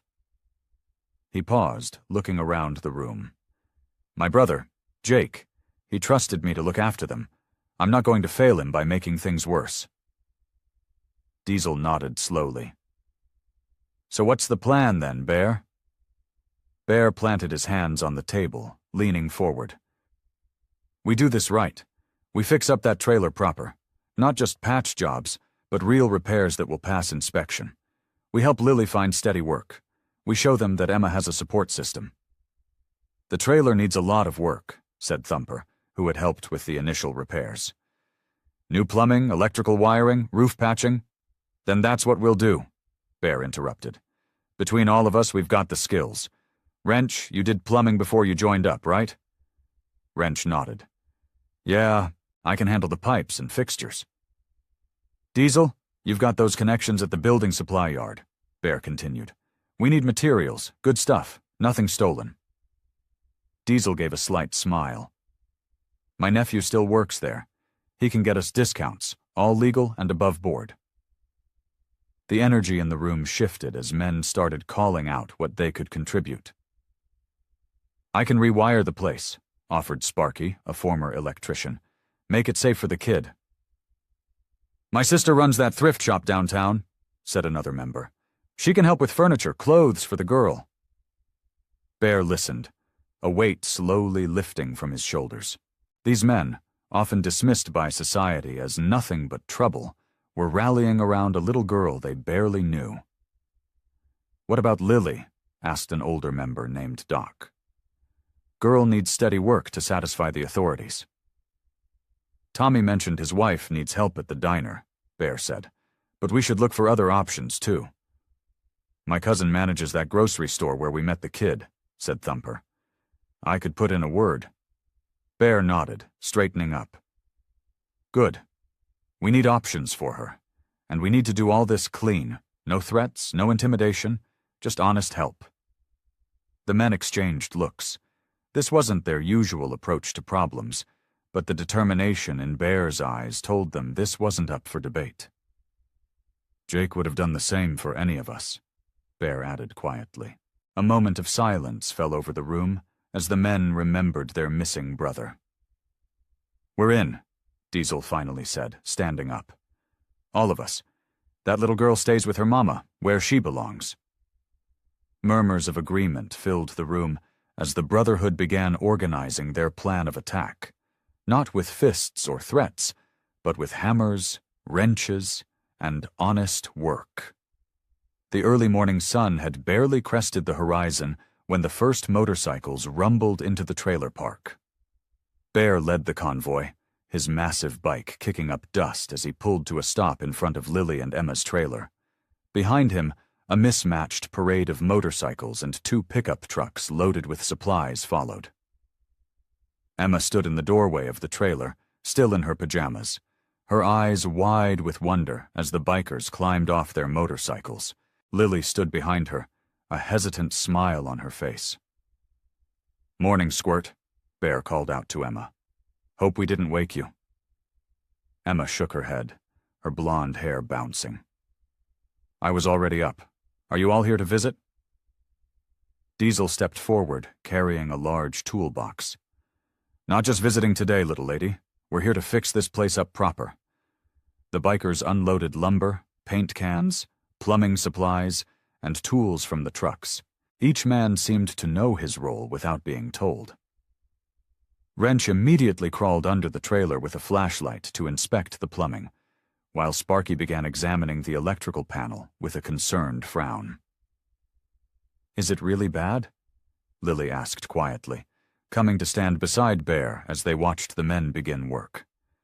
Bear shrugged his massive shoulders. "Nothing we can't handle. By the time we're done, this place will be better than new."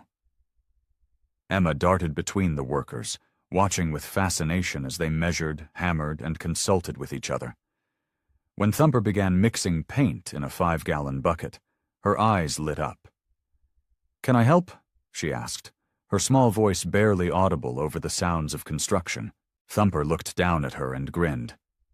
"Sure thing, kiddo. Every paint crew needs a quality inspector."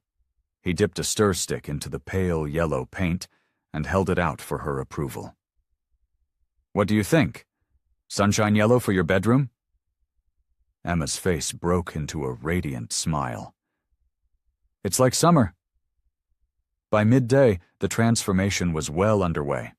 Wrench had replaced the leaking pipes beneath the trailer, grumbling good-naturedly about rust and poor workmanship as he worked. Sparky had rewired the kitchen, installing proper outlets and fixing the flickering lights that had scared Emma at night. Outside, 3 bikers were building a small front porch, where before there had been only cinder blocks as steps. The sound of saws and hammers filled the air, punctuated by occasional bursts of laughter. Diesel arrived just after lunch with his pickup truck, loaded with second-hand furniture, a small dining table with 4 chairs, a bookshelf, and a real bed frame for Emma. His wife followed in their car with curtains, bedding, and a small rug for the living room.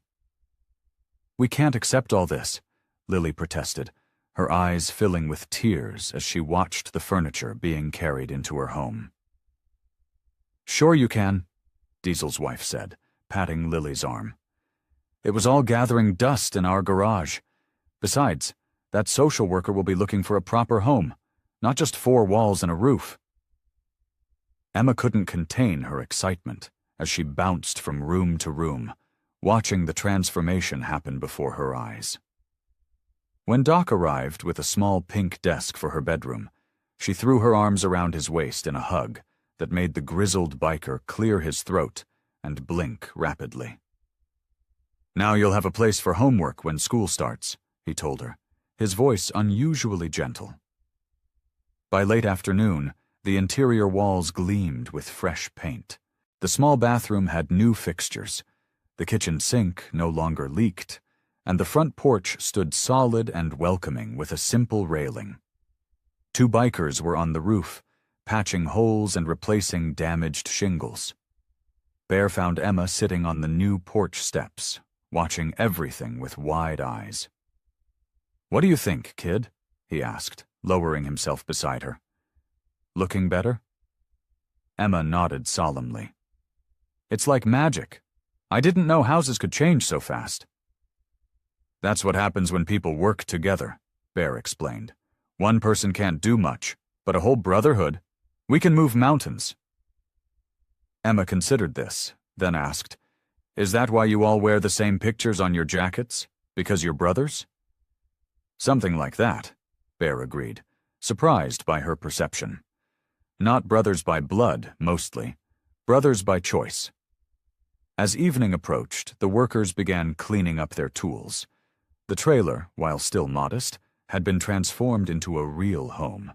Walls that had been dingy now glowed with fresh paint. Windows that had been cracked were replaced. Floors that had creaked dangerously were reinforced. Lily stood in the doorway, overwhelmed. "I don't know how to thank you all." "No need," Wrench said, wiping grease from his hands.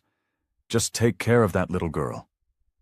Emma had disappeared inside a few minutes earlier. Now she emerged carefully carrying a jar filled with wildflowers she'd picked from the edges of the trailer park. With solemn determination, she walked to the kitchen and placed the jar in the center of the newly installed table. "Now it's really home," she announced, smiling at the colorful blooms brightening their new kitchen.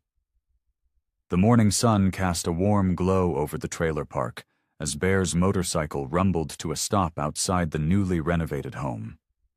The fresh paint on the porch railing gleamed in the early light, and potted flowers, donations from the bikers' wives and girlfriends, lined the steps, bringing color to what had once been a shabby entrance.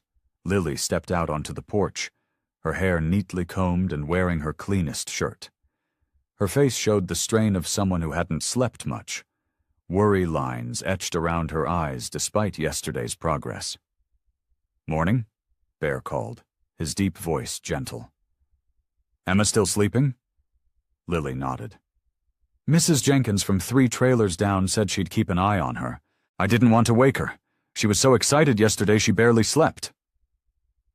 "Good kid," Bear said, a rare smile softening his bearded face. "You ready?" Lily stepped down from the porch, anxiety clear in her movements. "Where exactly are we going? You just said something about a job possibility." Bear handed her a spare helmet. "Place called Murphy's Motorcycle Repair. Owner's an old friend. Vietnam vet. Good man." Lily hesitated, turning the helmet in her hands. "Bear, I don't know the first thing about fixing motorcycles." "Not asking you to rebuild engines?" Bear said with a shrug. "Just hear the man out before you decide." Lily slipped the helmet over her head and climbed onto the back of Bear's motorcycle. She'd never ridden before, and her hands gripped his leather jacket tightly as they pulled away from the trailer park. The ride took them through town and out to a small industrial area at the edge of the city limits. Bear turned into a gravel driveway leading to a large metal building with a hand-painted sign reading Murphy's Motorcycle Repair and Restoration. 3 bikes sat outside in various states of repair, and rock music drifted from inside. As they dismounted, Lily removed the helmet and smoothed down her hair, her nervousness visible in every movement. "Relax," Bear said, noticing her tension. "Murphy doesn't bite, usually." Inside, the shop smelled of oil, metal, and coffee. Tools lined the walls in careful order, and parts sat organized on shelves. Despite the nature of the work, the space was surprisingly clean. A tall, lean man with silver hair and a neatly trimmed beard looked up from the engine he was working on. His left sleeve was pinned up where an arm should have been, but he moved with the confidence of someone who'd long ago adapted to his disability. "Bear," the man called out, wiping his hand on a rag. "Right on time for once in your life." "Murphy," Bear nodded. "This is Lily. Lily, meet Jed Murphy." Murphy's keen eyes assessed Lily quickly but kindly. "So you're Jake's girl?" Lily's eyes widened. "You knew Jake?" "Bear filled me in yesterday," Murphy explained, gesturing toward a coffee pot in the corner. "Help yourself if you want some. Not great, but it's hot." Lily declined politely, her hands fidgeting at her sides.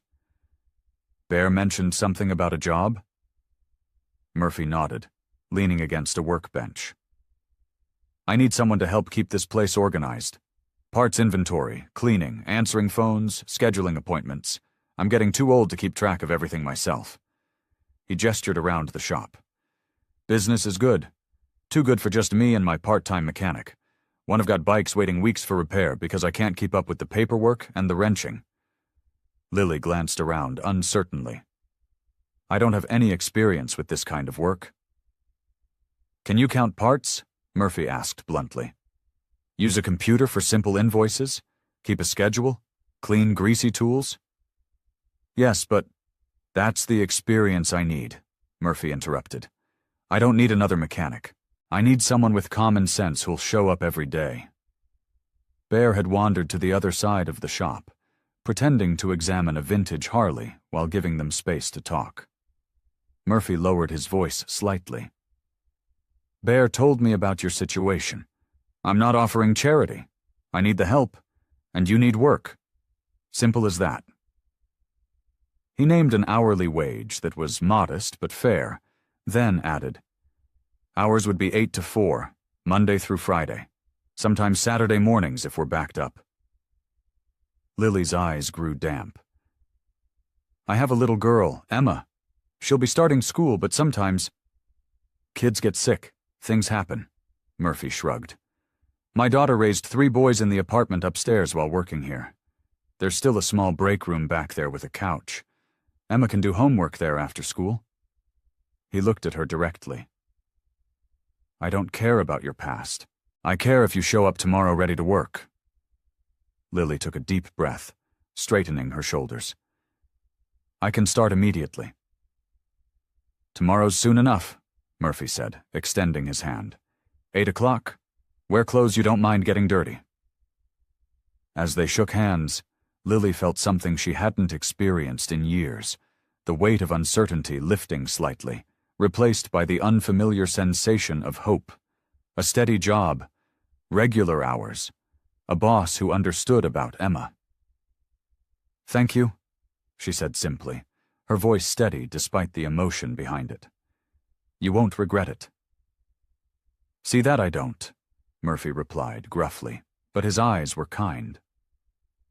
The morning sun cast long shadows across the small trailer park as Lily anxiously straightened the kitchen one last time. She adjusted the flowers Emma had placed in a jar on the table and smoothed the simple curtains the bikers had hung last weekend. Everything gleamed from hours of scrubbing. The trailer might be small and old, but now it was clean, safe, and most importantly, a home. Outside on the newly built porch steps, Emma sat beside Bear, her small legs swinging nervously. She wore her nicest outfit, a clean blue dress one of the bikers' wives had given her, with her hair neatly combed and tied back with a ribbon. Bear looked oddly out of place beside her, his massive tattooed frame dwarfing the child.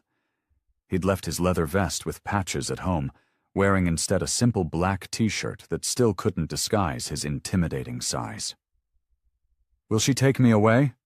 Emma whispered, her voice small as she watched the road. Bear's weathered face softened as he looked down at her. No, kid. Your mom's got a job now. You've got a real home. Everything's gonna be okay. Emma's fingers fidgeted with the hem of her dress. Promise? Bear hesitated, not wanting to make promises he couldn't keep. I promise we did everything right. The rest is up to her. A plain white sedan pulled into the gravel driveway, and Emma's hand instinctively reached for Bear's. Her tiny fingers disappeared into his massive palm. The social worker, a thin woman with brown hair pulled into a tight bun, stepped out carrying a clipboard. Her sensible shoes crunched on the gravel as she approached. Hello again, she said, her tone professional but not unkind. Her eyes moved from Emma to Bear, taking in the unlikely pair with raised eyebrows. Ms. Reynolds, Bear nodded respectfully. Lily's inside waiting.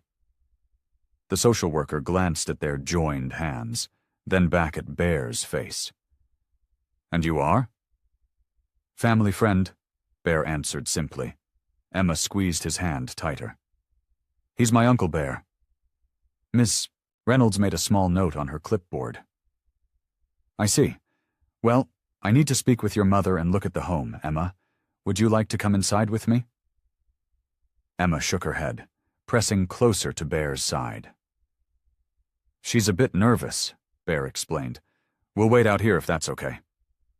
The social worker nodded and walked up the steps, knocking briefly before Lily opened the door with a tense smile.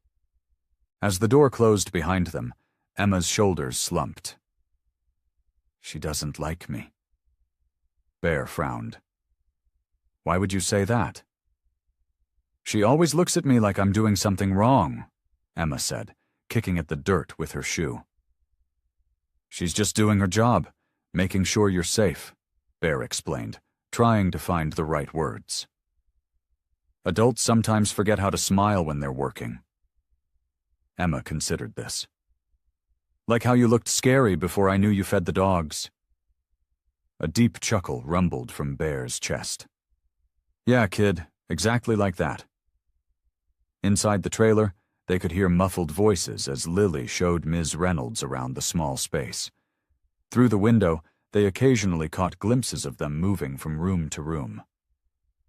"What if she still says no?" Emma asked after several minutes had passed. Bear took a deep breath. "Then we try something else. We don't give up." Emma nodded solemnly. "That's what Jake would do. Mom says he never gave up on anything." Bear swallowed hard at the mention of his brother's name. "Your dad was the most stubborn man I ever knew." "Did you know him good?" Emma asked, looking up with curious eyes. "Yeah," Bear said softly. "I knew him real good." Before he could say more, the trailer door opened. Lily stepped out first, her expression carefully neutral, followed by Ms. Reynolds, who was making final notes on her clipboard. "Emma," Ms. Reynolds called, "would you come here, please?" Emma stood reluctantly, her hand still firmly in Bear's. He gave her a gentle nod, and she slowly approached the steps. Ms. Reynolds knelt down to Emma's level. "I've been looking at your new home, and I've been talking with your mother about her job. I also see you have some unexpected support here." Her eyes flickered briefly to Bear. "Are you happy here, Emma?" she asked directly. Emma nodded without hesitation. "Yes, we have flowers now, and Mom smiles more." Something in the social worker's professional demeanor softened. She stood, addressing Lily. "The improvements to the living situation are significant, Miss Harper. The stable employment is crucial, and I can see there's strong community support." Lily's hands twisted together nervously as she waited. Ms. Reynolds continued, "I'll be recommending in my report that Emma remain in your care, with monthly check-ins for the next 6 months." The tension visibly drained from Lily's body as tears filled her eyes. "Thank you," she whispered. Emma ran to her mother, who scooped her up in a fierce hug. Over Emma's shoulder, Lily's eyes met Bear's, filled with gratitude and relief. The evening air hung heavy with unshed rain as Bear's motorcycle rumbled into the clubhouse parking lot. The neon beer sign in the window cast a red glow across the weathered building. Most of the guys were out on a charity run, leaving the place unusually quiet. Bear nodded to the prospect manning the door and headed straight for the back office. His boots echoed down the empty hallway. The club kept a storage room where members could keep personal stuff, things they couldn't leave at home or didn't have a home to keep them in. Jake's storage locker hadn't been touched in years. Bear flicked on the bare bulb overhead and knelt before the metal cabinet in the corner. It wasn't locked. Nobody stole from their brothers. The hinges creaked as he pulled it open, revealing cardboard boxes stacked neatly inside. "All right, Jake," Bear muttered. "Let's see what you left behind." The first box contained motorcycle parts, spark plugs, chrome pieces, and a leather tool roll. Bear set it aside carefully. The second held photographs: Jake as a teenager with his first bike, Jake and Bear with their arms around each other's shoulders, Jake in his full colors standing proud. Bear's throat tightened as he studied his brother's face. Jake had always been the smarter one, the one who thought ahead. While Bear had been all fists and fury after their childhood, Jake had been the planner, the one who could see past tomorrow. "You planned for everything, didn't you?" Bear whispered, setting the photos aside. The third box was smaller, containing personal items. A pocket watch that had belonged to their grandfather, a hunting knife, a small Bible. Bear had never known Jake to be religious, but there it was, worn around the edges. At the bottom of the box sat a sealed envelope, yellowed with age. Bear's name was written across the front in Jake's neat handwriting.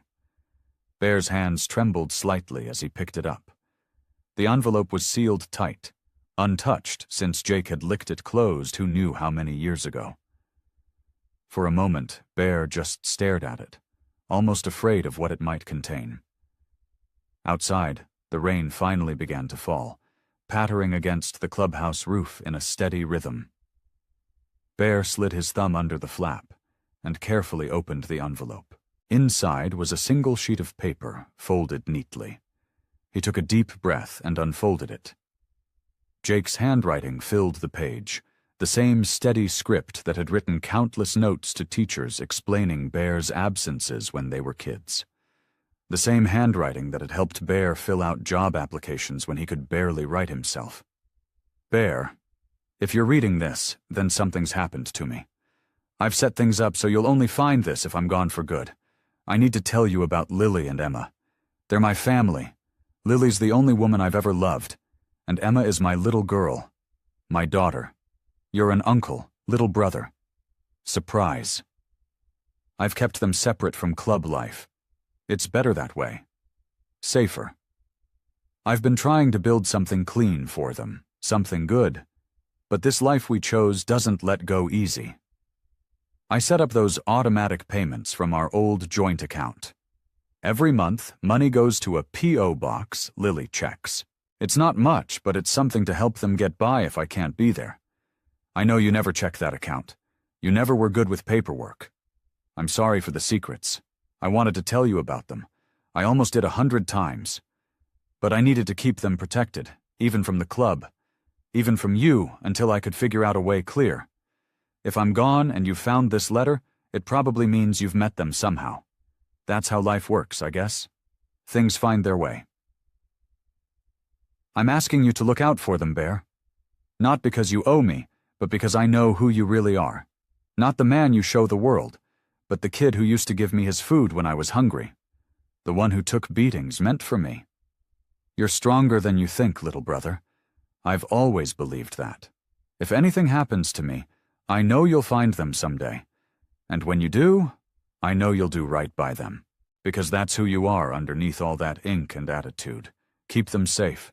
Let Emma know her daddy loved her more than anything in this world. Your brother. Jake Bear's vision blurred. A drop fell on the page, smudging the ink slightly. He hadn't even realized he was crying. Damn you, Jake, he whispered, carefully folding the letter. You always did believe in me more than I deserved. He pressed the letter against his chest for a long moment, feeling the weight of his brother's trust. Jake had always seen something in him that Bear himself couldn't see, and now, somehow, he'd have to live up to that vision.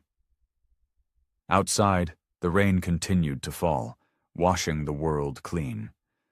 The sunset painted the trailer's small porch with golden light. Bear sat on the steps, his large frame making the wooden stairs creak beneath him. Emma's pink bicycle leaned against the railing, its training wheels still attached but looser now that she was getting better at riding. Inside, Lily bustled around the kitchen, washing dishes from dinner. The sound of running water and clinking plates drifted through the screen door. Bear turned the sealed envelope over in his hands one last time before tucking it into his leather vest. He'd shown it to Lily earlier that afternoon while Emma was playing outside. They had agreed it was time for Emma to know the truth about her father. The screen door squeaked open behind him. Emma stepped out, holding 2 paper cups of lemonade. "Mom said to bring you this," she said, offering one to Bear. He took the cup carefully between his tattooed fingers.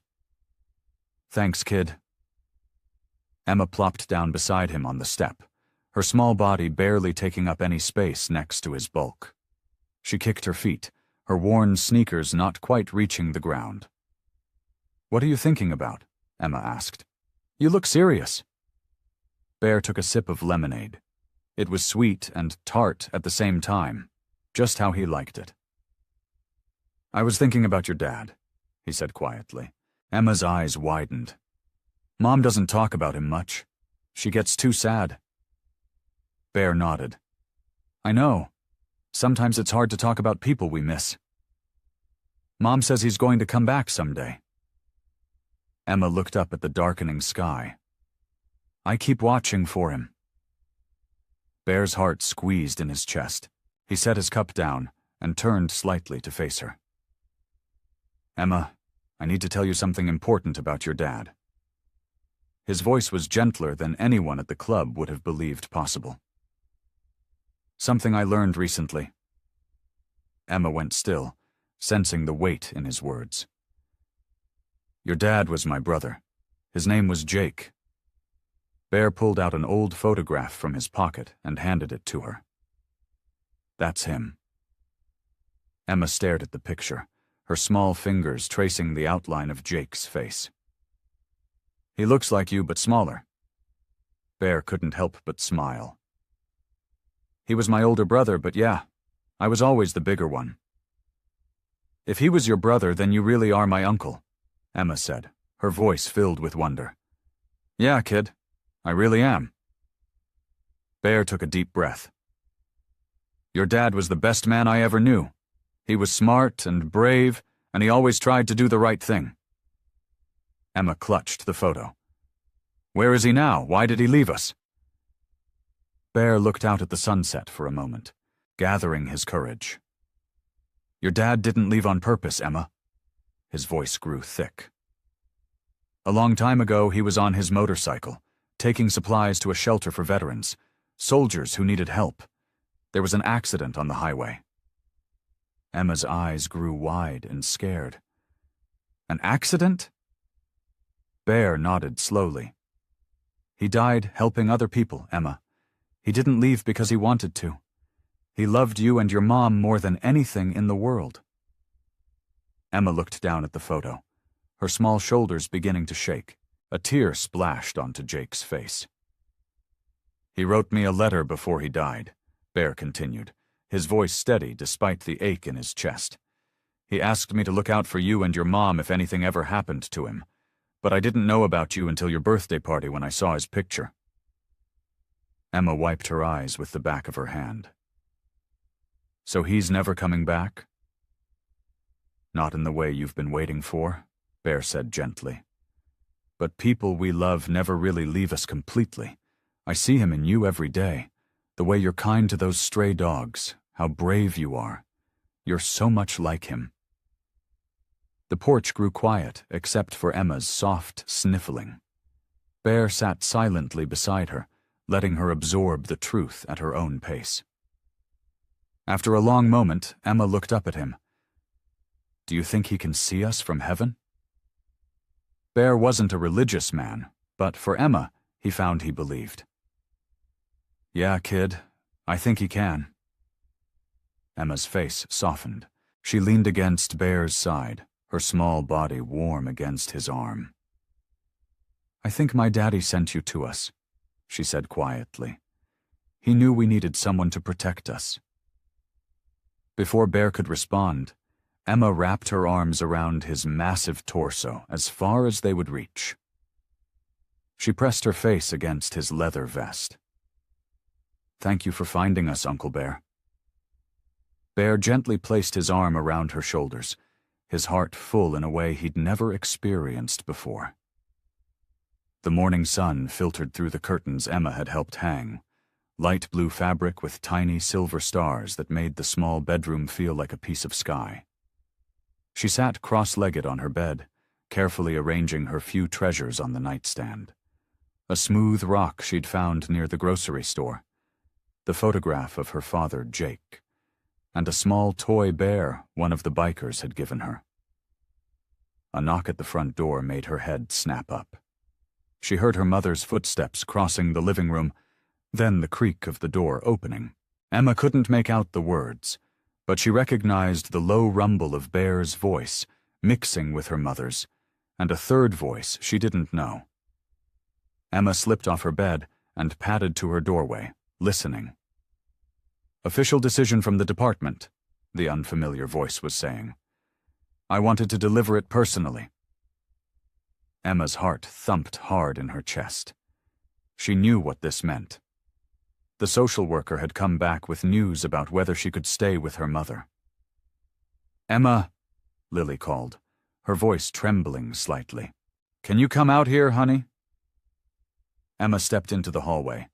In the living room stood her mother, Bear, and the social worker, a tall woman with kind eyes and a folder tucked under her arm. Emma immediately moved to her mother's side, and Lily's arm wrapped protectively around her shoulders. The social worker smiled. "Hello, Emma. I have some news to share with your family." Family. Emma liked how that sounded. She looked up at Bear, who stood like a mountain beside them, his face serious but his eyes gentle. "After reviewing your case," the social worker continued, opening her folder, "the department has determined that Emma should remain in her mother's care. The improvements to your living situation, your stable employment, Ms. Harper, and the strong community support network you've established all factored into this decision." Lily's hand flew to her mouth as she gasped. "Really? It's official?" The social worker nodded. "It's official. There will be follow-up visits, of course, but yes, this is Emma's home now." Emma felt her mother's arms tighten around her. When she looked up, she saw tears rolling down Lily's cheeks, but they were happy tears. Bear stood beside them, his massive frame somehow looking bigger, as if a weight had been lifted from his shoulders. "Thank you," Bear said, his deep voice barely above a whisper. "Thank you for giving them a chance." The social worker handed Lily some papers to sign. "Your community support was quite extraordinary. I've never seen so many reference letters from motorcycle enthusiasts before." She smiled warmly at Bear. "Whatever brought you all together, it's clear that Emma has many people looking out for her best interests." After the social worker left, Lily knelt down and pulled Emma into a tight hug. "We did it, baby. This is our home now. No one's going to take you away." Emma buried her face in her mother's neck. "Forever?" "Forever," Lily promised. Bear cleared his throat. "I think this calls for a celebration." He pulled out his phone. "Mind if I make a call?" Within an hour, the rumble of motorcycles filled the quiet neighborhood. One by one, members of the Biker Brotherhood arrived, carrying food, drinks, and even more presents for Emma. They spilled onto the small front lawn, their laughter and voices filling the air with joyful noise. One of the oldest bikers, a man with a silver beard named Grady, fired up a portable grill while others set up folding tables. Women from the club appeared too, bringing homemade dishes and warm hugs for Lily. "Your dad would be proud," Bear told Emma as they watched the gathering grow. "He always wanted this for you, a safe place with people who care about you." "I wish he could be here," Emma said softly. Bear nodded. "Me too, kid. But I think maybe he is, in a way." Emma smiled, and then tugged on Bear's hand. "Can I ride my bike? I've been practicing." "Let's show everyone how good you're getting," Bear agreed. Emma raced to get her pink bicycle from beside the porch. The training wheels still wobbled a bit, but she was getting better at balancing every day. Bear walked the bike to the end of the driveway, positioning it carefully. "Ready?" he asked. Emma nodded, gripping the handlebars tightly. "Go get him, kid!" Emma pushed off, pedaling down the driveway. The bikers noticed and began to cheer, forming an impromptu audience along both sides of the concrete path. Lily stood on the porch, her hands clasped together, watching her daughter with pride shining in her eyes. "Look at you go!" shouted one of the bikers. "That's our girl!" called another. Emma beamed as she wobbled down the driveway, surrounded by the voices of her new extended family. When she reached the end, she made a wobbly turn and pedaled back toward Bear, who stood watching with his arms crossed and a smile hidden beneath his beard. As Emma rolled to a stop beside him, she looked up at the gathering of leather-clad men and women, at her mother's smiling face, and finally at Bear, the uncle who had become so much more. "We're a family now, aren't we?" she asked. Bear nodded, unable to speak